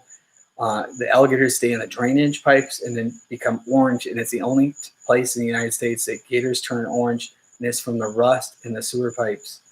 But gators are one not to play with. There's a video on my Instagram. It's a snapshot I took of the video, and a guy was kayaking in North Carolina, and yeah, it's crazy. Actually, you know what? I might try to pull up. We can all see it on this. I had it pulled up, and I can think I could show you guys it.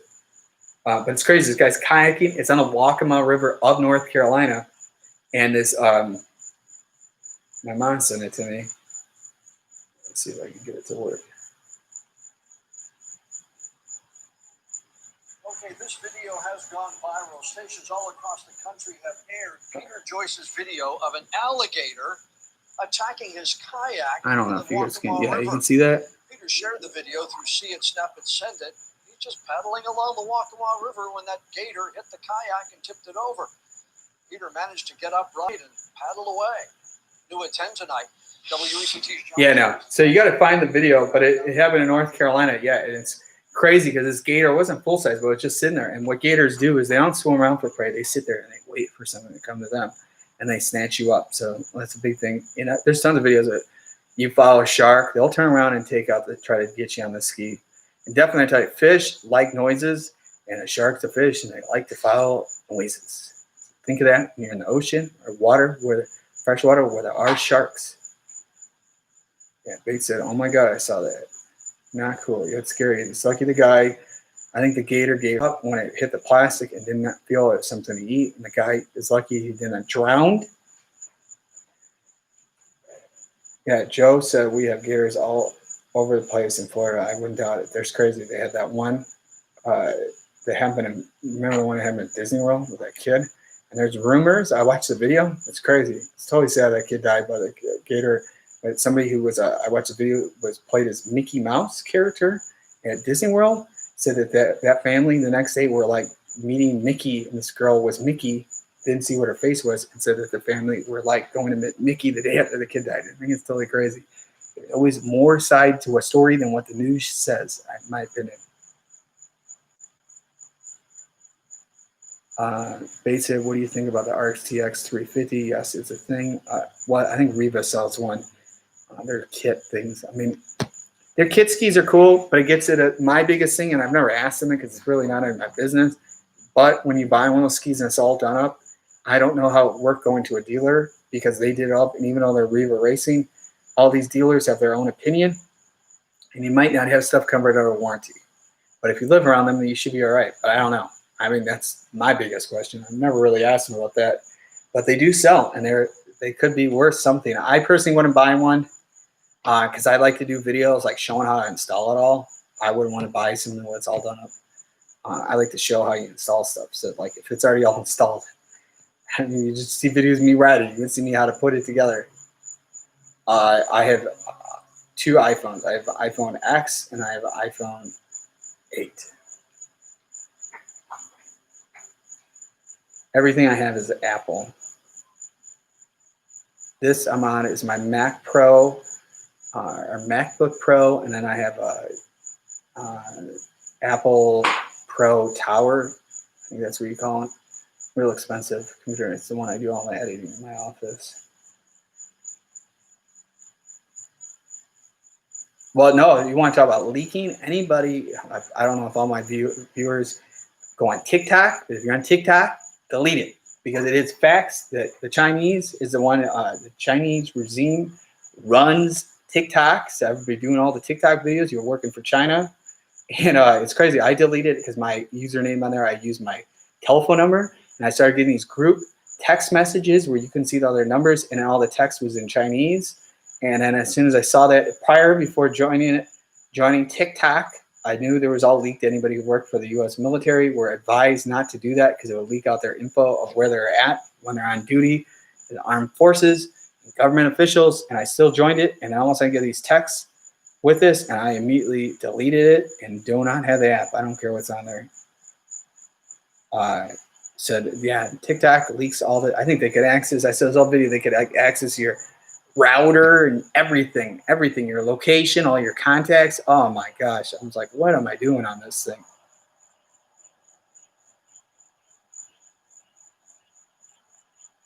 Bates said, and they slow down old products to pursue the buying new products. Yeah, that's crazy stuff. A lot of stuff when you're on your phone and you say something and also your ads are all showing up with that. It's kind of crazy how that all works.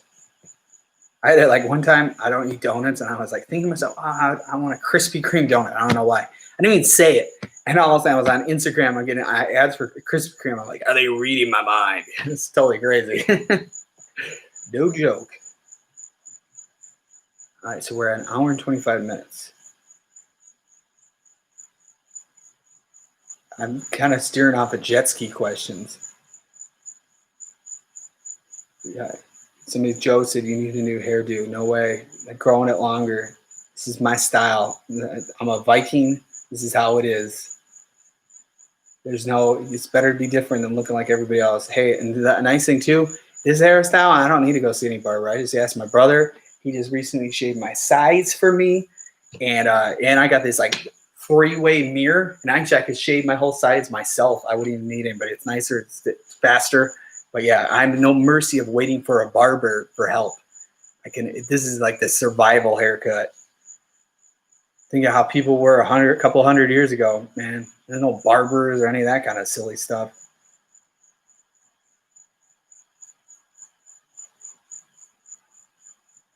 That's just me. I like this style. I used to, you should see this hairstyles I had when I was in junior high. I had one time, this is kind of backtracking in my style when I was a younger kid. I had the braids where they came out. I had one time I had dreadlocks. Yeah, definitely. I think it'd be cool to do dreads, but yeah, I like this hairstyle. I like having longer hair. I'm lucky. When I was a kid, my hair was white, like so blonde, and I'm lucky to even have hair. So hey, I'd rather have it all long and short. Top speed. Somebody has top speed GP recorded on GPS 77. And that is exactly what the stage 1 kit does. And there's going to be a whole video with that. There's another 2 videos of when I was in Illinois with the stand-up. And then I think the next video of that is a GP 1800R. I filmed so much when I was there, and I breaked it all down. It was really cool. I happened in my last video, SXR, this lake I was at, Silver Lake, and I just started mastering that whole thing, and it was just perfect. I was telling my parents I might take another trip next month and go back up there because it was just so much fun. Let's go there and do training. Be like, hey, I want to show up. I'm going to come there with 4 dogs this time, not 3, and go back up. Joe asked top speed RXP GPS. Well, I got a handheld Garmin military GPS, and you guys will be shocked. There's going to be a future video coming, and your mind will be blown that the Sea-Doo GPS is not accurate. The Yamahas have the little dream wheel, but yeah, you guys will see this, and you'll see all these people doing these mail order tunes, claiming they're doing 80 miles per hour, and it shows 80 on the dash, and it's not 80. There's gonna be a huge game changer video coming. You guys will be like, oh. When you're going like idle or slower speeds, the GPS is accurate on the Sea-Doo. Actually, when you're going fast, it's way off, crazy off.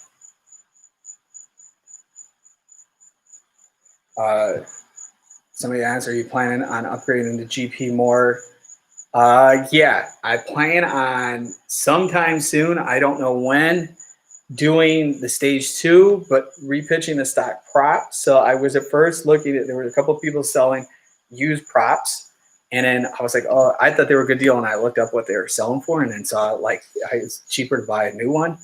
But I was like, Chuck, they're all buying solace props, and they're like, seen the videos where it broke on my Sea-Doo. And they're like, I hope it doesn't break. And I'm like, from all the things I seen, you're risking it. I'm thinking like, I felt bad buying their used prop if I was going to do it, because it breaks. They want to have the prop. Like, I want it back. Yeah, so no, they're planning on doing their stage 2, putting their intercooler and all that kind of fun stuff. I don't know when. Hopefully in like a month or so is when I'm going to do that. It's just going to be a lot. We have to redo all those water lines. It's not going to be fast, and I had to do a lot of stuff working on my brother's ski soon. So once he gets his new used fuel tank, I got to take apart half the ski, fix it so his ski will work.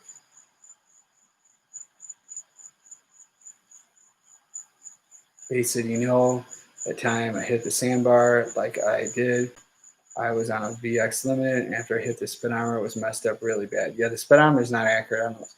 It's crazy. It's like after I put the intake Grate on and even put it back to stock, waiting to get the new one, the stock speedo like doesn't even show over 35 miles per hour. It's in it, and the reason, and I'll have that soon on my Amazon store. I'll probably list it tonight on there.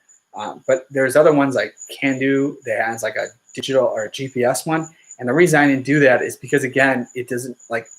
This one I got is a really accurate handheld GPS, and it can mount on your wrist and stuff.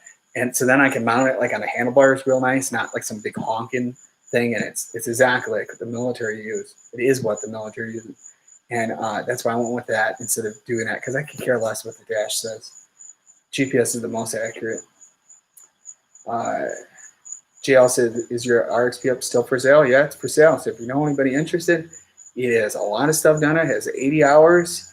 I'm actually installing a new mod on it too. The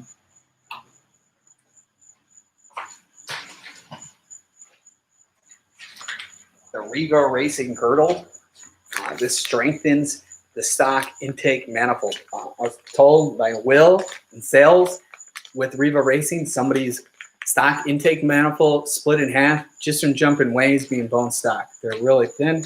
And this will go on the back part and tighten it down, and it's crazy how they break. So this will be soon coming in install video, and this will be another part added to when somebody buys the ski. Getting more stuff. Yeah, so it's for sale. If anybody's interested in that, you can email me at IamBeowulf.com, or you can DM me on Instagram, Iam_Beowulf. It says 50 at like 10 and 10 at 50. Yeah, no, they're the dream wheel, but the Can Do does make one that plugs in with the GPS there, but they're like 180 bucks. And that one GPS thing is a little bit more than that, and it's a lot better. JL says, I wish I was from Myrtle Beach area. I'd be all over it. Well, definitely they got places like, what the heck are they called? U-Ship. They come pick it up. When we bring it right to you anywhere in the world. When I had my 2012 Sea-Doo Speedster 150 supercharged jet boat, I had listed on Oodle. It's like something like Craigslist, and I get a call from a French number. I thought it was totally like not legit. It was, and this guy lived in a French colony down in South America, and they came to pick up the boat, and the guy paid exactly what my boat was brand new because he could not find it. And the funniest thing is that I lived in the town of Woodstock, Illinois, and the shippers were from New York, so they thought they were going to Woodstock, New York, and they called me up, and they're like, we'll be there in an hour. I'm like, dude, you guys are across the country. And they're like, aren't you Woodstock, New York? I'm like, no, I'm Woodstock, Illinois. And, yeah, that's crazy. They put the boat trailer on another trailer and one shipping container, and I had photos from the guy. He was on the South America, in Amazon in South America, right around this boat that I owned. It rode at Lake Geneva, Wisconsin. It's totally crazy. Harrison said, looking at getting a ski, what do you do? A beginner series for everything you think about ski care stuff, things to do yourself, first the dealership, winter sizing, storage, gear thoughts, etc. Yeah, I do stuff like that. A lot like here, I don't do any winterizing because that, to me, it doesn't get that cold. Usually my garage in the winter stays pretty warm. But yeah, definitely. I think the hard thing of telling like beginner skis right now, it's a very hard market right now to get skis used and new. So it's kind of like I couldn't tell you like one you can maybe not even find right now, especially like some of the older vintage skis are really nice. And everything's snatching up. I told my brother he should, once I get everything working on ski, he should sell it because there's like a huge demand and then get something different for next year. Joe asks your opinion on quality of hull, Yamaha versus Sea-Doo. Well, there is a big difference. I find, and this is an interesting video, too, hull-wise, my RXP-X in the intercoastal, there's really strong current, which also makes it really hard riding the stand-up. That's why I'm playing around with different sponsons and pieces that try to fight that. But the interesting thing when I use this handheld GPS, the Sea-Doo and when I own the RXP-X, or the RXT-X, and the RXP-X, they both would go different speeds going down the intercoastal, right? And the Yamaha would go the same speed each direction all times of the year. It doesn't matter, hot, cold, whatever, right? And when I use this handheld GPS, it's literally proof. So everybody thinks Sea-Doo has such a great hull. I really don't think it does. High current waters, I don't think, and it could be perfectly calm, but the current's so strong underneath there on the intercoastal, it really makes a difference. So I really think Yamaha does have the best hull. And I got a GPS proof of it. So, I mean, how much more evidence do you need? And I'll be in a future video coming. You guys will be late. There's a videos coming with Sea-Doo and Yamaha. It's going to make your like, brains explode. You're going to be like, holy cow. The truth is out. I'm going to die from my water. Oh, man. Bates says also in quality of build. Well, the difference is like, for example, I went to the New York boat show. They didn't have an RXP-X on display. And all the skis they had is the polymer hulls. Polymer is plastic, a fancy term. So there's a big difference right there. We first started with the Spark Tricks being plastic. They had tons of issues. And then now, like the RXT-X's, the new ones, 2018 and up, are plastic. Everything now is plastic, except for like 2020. The only thing that's not plastic is the RXP-X. And if it's true or not that there might be a 2021 new generation RXP-X, it's probably going to be plastic, and it can be the worst RXP-X in history of being made. So there's a big difference in quality. 2020s, I watched the whole live stream they did when they announced that, and they announced that the hulls were thicker, and the reason why that is the 2018 and 2019 RXT models had issues with the hulls cracking from that, and that's why they made them bigger. So I mean, I just think, like for example, like the RXT-X, they claimed for 2020 got better gas mileage, and all they did, and I talked about this previous on another live stream, is they put the Fish Pro fuel tank that's bigger, and that's not how you fix getting better gas mileage. It's just adding more fuel in the ski. It just doesn't make any sense. Like I seen a guy build and put like a bigger tank in the RXP-X, and I just think it's just more weight. Plus, you can only hold so much weight in your skis. I don't like riding around with a bunch of fuel jugs in the back. I've been there, done that, and I think like it's interesting. I pulled the fuel filter out and put a new one, and RXP-X, and a lot of it too was running like the marina fuel is not that great, and it was the fuel filter was really dirty, and I put a new one in.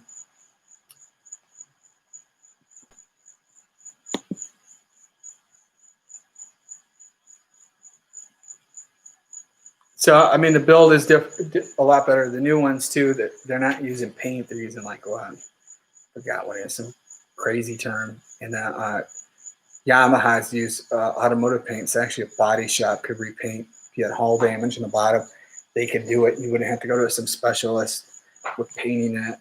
That's another plus I'd have to say. It's good with Yamaha. You know, plus, Yamaha is American-made. Supporting American jobs. Yamaha, send me the check in the mail. I'm just playing. They said, how do you turn going 65? I tried 50.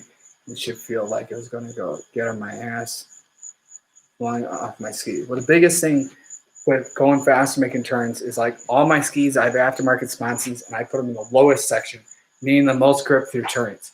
The biggest other thing you need is the Jettrim seats. I have the real grippy material. I mean, if you have bare skin, it would almost like tear it right off. It's super grippy. And yeah, that's how you, and it's balancing your weight, and that's basically how you can go real fast through turns. I've done some crazy stuff, but I've had some times too where I thought I was going to be flown off, and man, I hold on tight. I've had a Yamaha at least 6 times almost throw me off, and I don't think the videos ever show it really happened. And when it happened, I'm like, I look back, I'm like, oh my gosh, man, I almost flew off.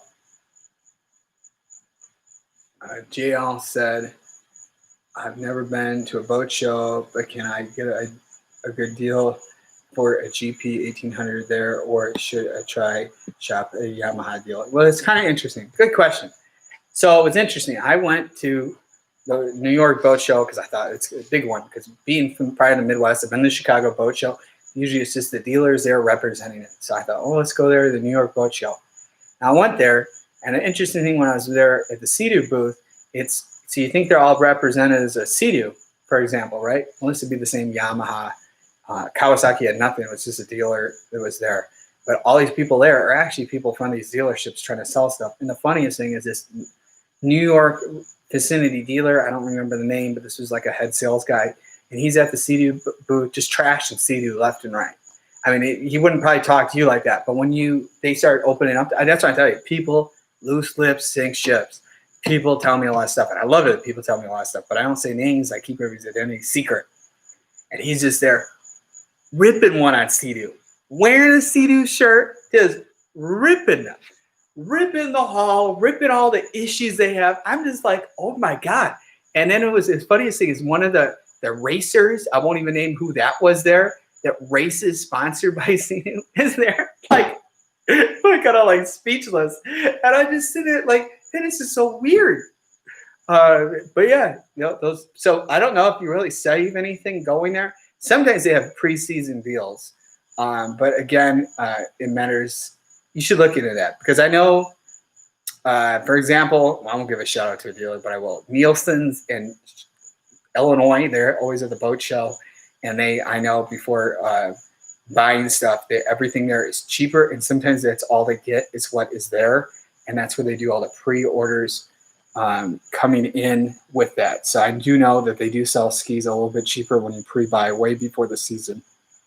But seeing how coronavirus, COVID-19 is, I really can't tell you what 2021 is going to be on the inventory of skis are going to be. Like I said earlier, but I watched this video and it's no joke. China is 90% of the water. The news doesn't even cover it. And that's like, I think it's China. We're bringing in all the PlayStation 5s and they're having all these out. I'm thinking like, how is this going to happen? And we'll have to wait and see. I think in a couple days or something, a week, they're supposed to release about that. And I have a Xbox One X. I got in the end of 2017, and the Xbox just stopped working. It had the black screen of death. And luckily, I had the Microsoft store. I bought the extended warranty, and it ends on the 1st of 2021. So I sent it to them, and I'm waiting to see what happens. And then they just announced, too, that they will no longer be selling the Xbox One X at stores. Whatever's available is what's there or online. They're not going to be making anymore. So hopefully you get it back. But I'll definitely be selling that once before the new, or I'll sell it once I get the new one.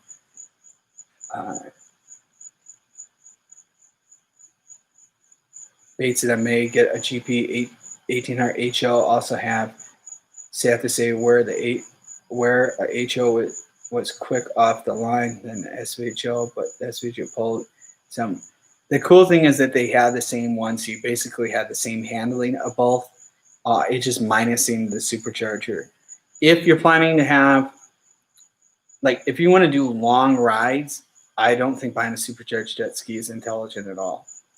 I think getting that one would be. I know my brother, I was trying to tell him too, maybe now he has a job, they should maybe sell his Yamaha Wave Venture and then get a newer used GP 1800R HO, and it might be a little bit easier. His hard thing is work. He works every day, and being a two-stroke and all the work has to be done with it, it just, I don't want to be his wrenching mechanic all the time. So he doesn't know how to work on stuff. So definitely I told him maybe a four-stroke would be better. And his fuel sender doesn't work. Like, he shows how much fuel's in there.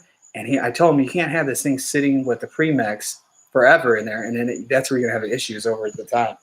So that's where I just don't think that for him it's not an intelligent ski because I don't think some weeks he goes weeks without even having a day off. Bates said, "Have you ever been to Wilmington, North Carolina? So what do you like about it?" Yeah, I've been there a couple of times. I did a car meet. We rode up there when I was in my Hellcat, and there's a whole video of that. Wilmington, I believe, is the home of Michael Jordan.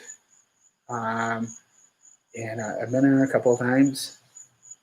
I've been to Wilmington a couple of times. I did try buying a vehicle from there, and a Wilmington dealer screwed me over.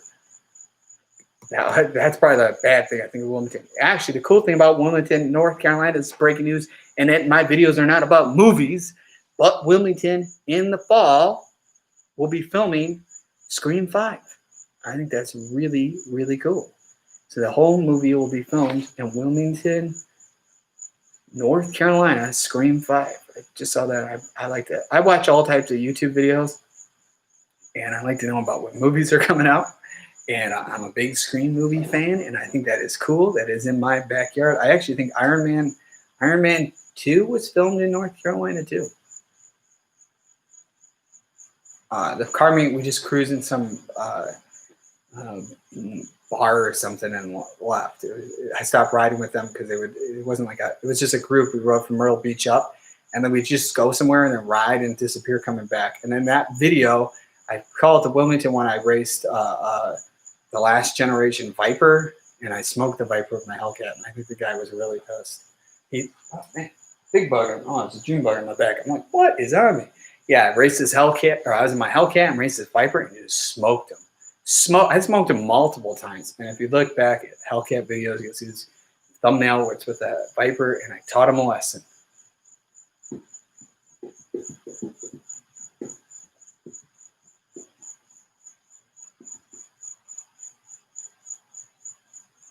Marco asks, have you ever raced a C7Z with your Hellcat? Yeah. Actually, if you go look at past videos, if you watch any videos with the YouTube car people, I went to the YouTube call out that was in North Carolina. I actually live streamed there too. And the funny thing is every YouTuber like Street Speed 717, it's just a 6. All those people, driveway demons, they all were scared to race me. And actually none of them would race me. I did race, drag race C6Z06. It was a drag car, and it was an 8th mile, and I actually was like one of the fastest cars there. And I thought it was funny because I thought all these car YouTube, I was the only Hellcat there too. And it's kind of funny is like I'm real, and a lot of these car YouTubers, once you see the cameras not rolling, they are not who you think they are.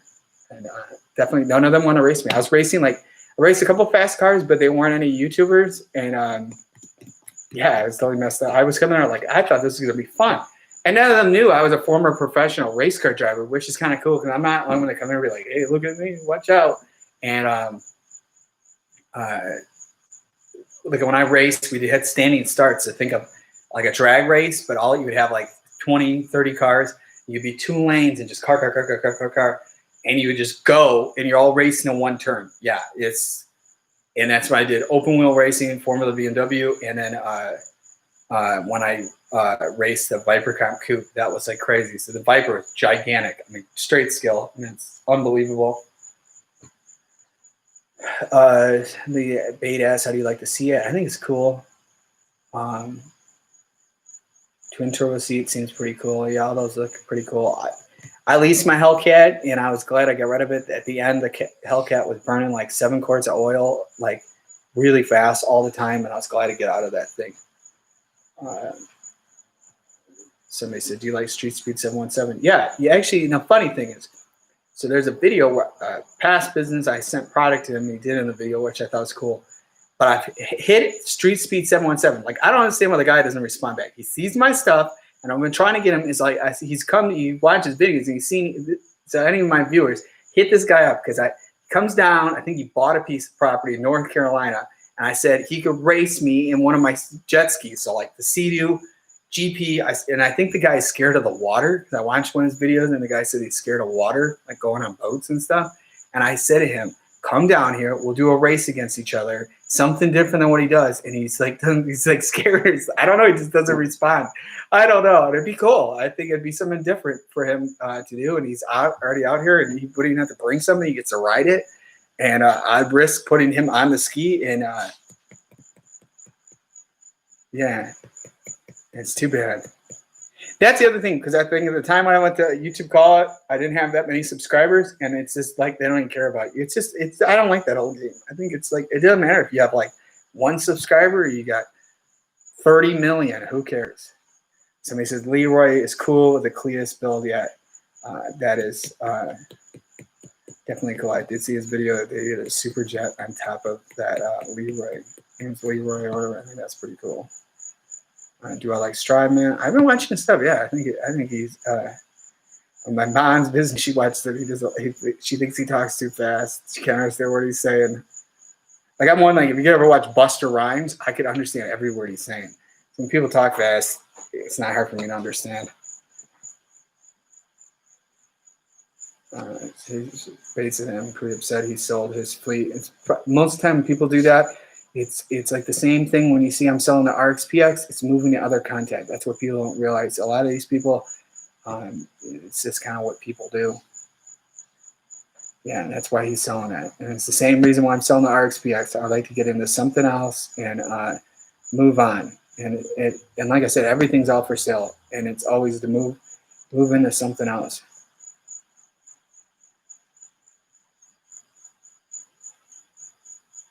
Beta hypercurve, yeah, it's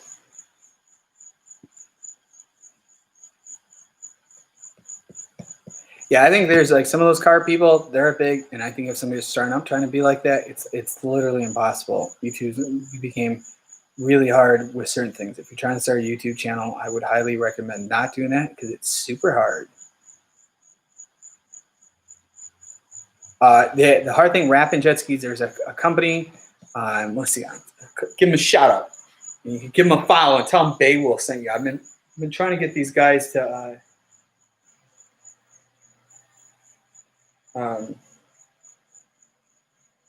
get a rant or graphics. It is, let's see. If you search all one word on Instagram, Jet Life Miami, they do really cool custom graphics. I'll do it for you there if you can see them. And yeah, tell them Beowulf sent you. And we're working on a custom graphics for the GP. Is what the in the works. So I've been waiting, and I'm on a list. I wish I was priority, but I'm not. They're like telling me, like I'm like patiently waiting. I want to get graphics done on the ski. But check them out. They by far graphics for jet skis. They're the ones to go with. I've seen really cool stuff, and they have really cool matching the factory colors. I've had local graphic shops do stuff, and I really don't like how they do stuff. I'm not too happy about it. And they're hard. There's like a local graphic person. I keep going there and they don't want to do stuff. I don't understand. If somebody offers you money, like if somebody's offering me money, I'd get work done. But man, it's just, I don't know. Some of our guys, what is the best? Musket mods, the GP 1800 breather, free flow exhaust, etc. First thing you should do, and if you haven't done it, stop right until you get it. Get a Riva Racing blow-off valve, HKS blow-off valve, and will save your supercharged clutch. I've seen people post on social media where they have ran not with that in brand new GPs, and they have blown supercharged clutch, and it sometimes is not covered under warranty when it happens because stuff gets thrown up. So definitely get that. Engine breather is good. The WORX Racing free flow exhaust, in my opinion, is the best one out there. You don't have to cut anything, bolts right up. What I did, if you watch my install video with that, I drilled the holes bigger and reused the stock bolt collar and made life 100 times easier installing that up. But definitely good sound. Some people complain that it's too loud. I don't believe that is true. It's just like how an old ski would come with exhaust. Mark said, what's up? What's going on? This live stream is nearly ready to end. I'm going to ask you a few more things. We're hitting 2 hours, and it's 10:16, and I'm hungry. I always eat after one of these. I'm starting to get hungry. Hungry. But Wheelie probably needs to go outside. He only can go, he's a puppy, and he's gotten really good at not going to the bathroom in the house, but I'm on a routine of getting him outside. So he's nearing the time. He's probably wondering, where is he? It's funny, the dog is like, I've lost a lot of sleep. This dog wakes up, and usually the dog's crying, and when I hear the dog crying, it wakes me up. I let the dog outside. And then today, he wasn't crying. He was sleeping, and it was super late of me waking up. And I'm like, oh my gosh, I was used to the dog was my alarm clock, and the dog is getting better and better. And I'm like, this isn't good because I slept way farther in. Marco said, is there Riva water box good with the free flow exhaust? Exactly. The one thing is to put the water box on, you have to remove the exhaust manifold, and that is on my list of things I'd be doing, but I'm not doing that until I install their Gen 3 intercooler, because you got to add this water line going onto that side, and you have to remove the exhaust manifold. So that is why I haven't done that. Definitely, I think with their water box would really make a difference, but it could be really loud. Jay said, how do you like the Midwest? Do you go on Lake Michigan? I've never been on a jet ski in Lake Michigan. And I think all these trips I'm going to do in the future is just taking a stand up. It makes life easier. I really want to get rid of my dual trailer. I feel like somebody's going to take one of my stuff. And I really want to get rid of it and just have single trailers and make life easier. And it makes it easier. We don't have to be some big vehicle to pull it too.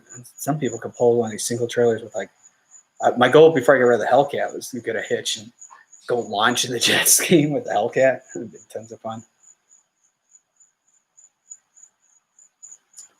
Let's see. Basic motorcycle. Mark said 2006 CD RXP to 74 miles per hour. Sweet. Mark said, come to Florida. Definitely, I'll come to Florida once it is not the highest rated state with the coronavirus. See all that stuff. It's terrible. Florida is, to me, I get a little upset about is like, for example, Myrtle Beach, right? We're having a huge amount of coronavirus cases, and it is because of tourists coming to this area. Stay away. Please, stay away. The same as I wouldn't go to Florida. It's like you look at these theme parks. I watch some of these. I love theme parks. And I watch these videos of people at these theme parks, and they're just ghost towns. There's nobody there. I've been to Florida. Once everything's in the world's back to normal, I'll start heading back to Florida. Till then, it's not happening. That's why I want to go to these premiere things when they have these manufacturers come in, traveling, going on a plane. I was just talking about my mom has a disability, and she'd be a high risk again, severely sick from the coronavirus, and they want to come down here and fly. My mom has, she's had shoulder surgery. She's in a lot of pain. Taking a road trip would take a couple of days when it really wouldn't take that long, but she's in so much pain, and they want to fly down. I didn't think it'd be a safe thing, her flying down. Like, for example, my brother, he's a lifeguard, and he's hanging out with a group of his friends all the time. And the last time I saw him, I was like, dude, you can't be around me unless you're wearing a mask. Cannot risk getting sick. And then you watch some YouTubers, I think that Tanner Fox got the coronavirus. And definitely, if you're not taking this so serious, it can happen to you.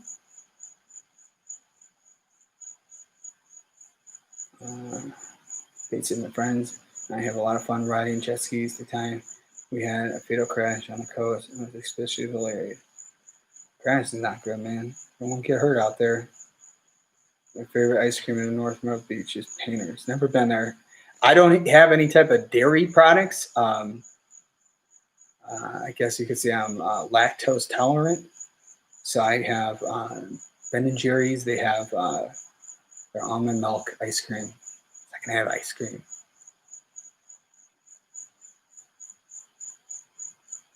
They said I've been on a jet boat down there in Myrtle Beach. It's super fun. Yeah, Myrtle Beach is really fun. And there's always a lot of stuff going on. I think right now they got their bike week going on, which is like, I don't know what's going on. It's funny because like earlier on, we didn't have a lot of cases. And then like the governor shut everything down when it was like not the time. It was funny because the barber I go to, they closed down like what, 5-6 months ago, maybe longer. And I was like, told them, I said, you guys close down. If the chance you guys open back up, it's going to be a very long time. You'd rather stay open as long as you possibly can. And then I think like, yeah.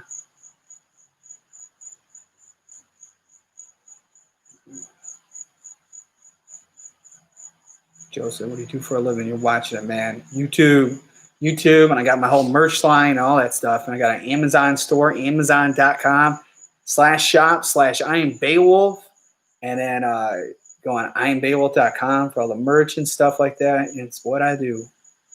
Jet skiing is, it's funny. There's this video, and coming soon video, this DNR was harassing me, which I'm shocked because a lot of them watch the channel. This guy was just a total jerk. And he stopped me and he goes, "You race these?" And my response is, "Well, this is what I do for a living." Which, like, if you ever had a run in with a cop and you're going fast, you don't tell them you're racing. That'd be like your IQ would have to be really bad. You don't tell people stuff like that. I think there was one time my brother, the Coast Guard, was asking what was all done on one of my skis when he was riding it, and I was going to get the trailer. And he's bragging all this stuff. I'm like, dude, why would you tell that to them? Telling that kind of info that is not intelligent.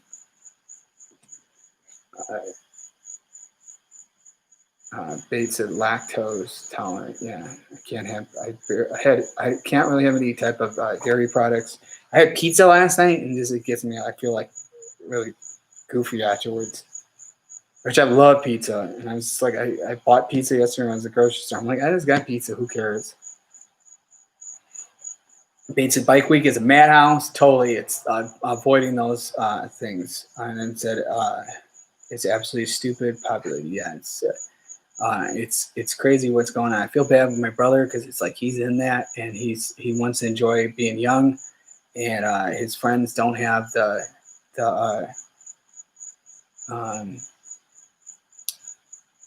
responsibilities, I guess. I mean, I think he claimed he camped on an island recently. It wasn't an island. It's just like surrounded by water. There's no islands off this area, but he claims it's between a jetty. He was like, he was practicing swimming for his lifeguard. He swimming this jetty. He's like, he's swimming out to island. Like, dude, you're swimming a jetty. That's where, like, it's right where it's fresh salt water. If you want to see sharks, that is like where it is. And yeah, they went out there kayaking, and he slept on the beach. And I told him, man, I said, you can be like miserable doing that. He wakes up and it says spiders are all over him and stuff. It's not what I want to do for fun. But yeah, that's what he was doing a couple nights ago, I think. And he said he was babysitting all the lifeguards. I just told him, man, don't get in trouble doing stuff like that. Camping's fun, but not like right now. It's super humid. Like, I don't have the fan on here, but yeah, I would not want to be camping right now. Joseph, retired fireman, 27 years, awesome. Firefighter is a cool job. It's cool and scary job. Marco said, what are your essential items you carry with you on a jet ski when riding? Man, I'll do a whole video about that. I have a whole gear bag that's on my Amazon store, and I have been waiting to do a review on this bag to put it up there. It's like on my list. I have so many ideas of videos, and it's just like I get backed up a couple weeks, and then I kind of save always that video, so when I'll video when I don't have time to film. So I'll show it maybe in the next live stream. I'll bring the gear bag and actually show it, and maybe just save doing the video, and I can show what's all in my gear bag. So I plan on doing these live streams 2 to 3 times a week. So there won't be one till next week, maybe Monday or Tuesday next week. And then it'll be one too the night or the day I get, maybe it matters what time it is because I have to drive far to get this puppy. But maybe the live stream will release the new Beowulf Nation Doberman Pinscher.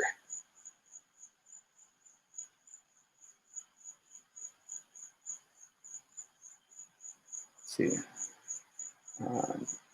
Bates said, Beowulf, I'm tired. I'm out to sleep. I've been doing this for 2.5 hours. Left out, get some sleep. See you soon. Yeah, I know. It's time for me. It's 2 hours. It's time for me. Peace out. I'll be at the next stream. Bates said, cool. Bates said, see ya. Peace out. Said, nice. Marco said, thanks. So, yeah, this is the end. And I'm glad to do these. I'm glad people turn in. And I know afterwards these things get a lot of views. I know people have asked. If you're not during the live stream, you don't see any of the comments unless somebody, what's going on in the live chat. It's only when it's live. You do see the comments afterwards. So it is end of the video. I appreciate Bait for donating $1 in the future videos. There's a money sign at the bottom. If you want to donate any type of money, you don't have to, but it'd be greatly appreciated. It could go to food money to feed my dogs. They're my children. So it's the end of the video. I'll be adding another one. Be driven to win. Remember, today's Earth Day. Thanks for tuning in. Have a good night. Peace out, Beowulf Nation.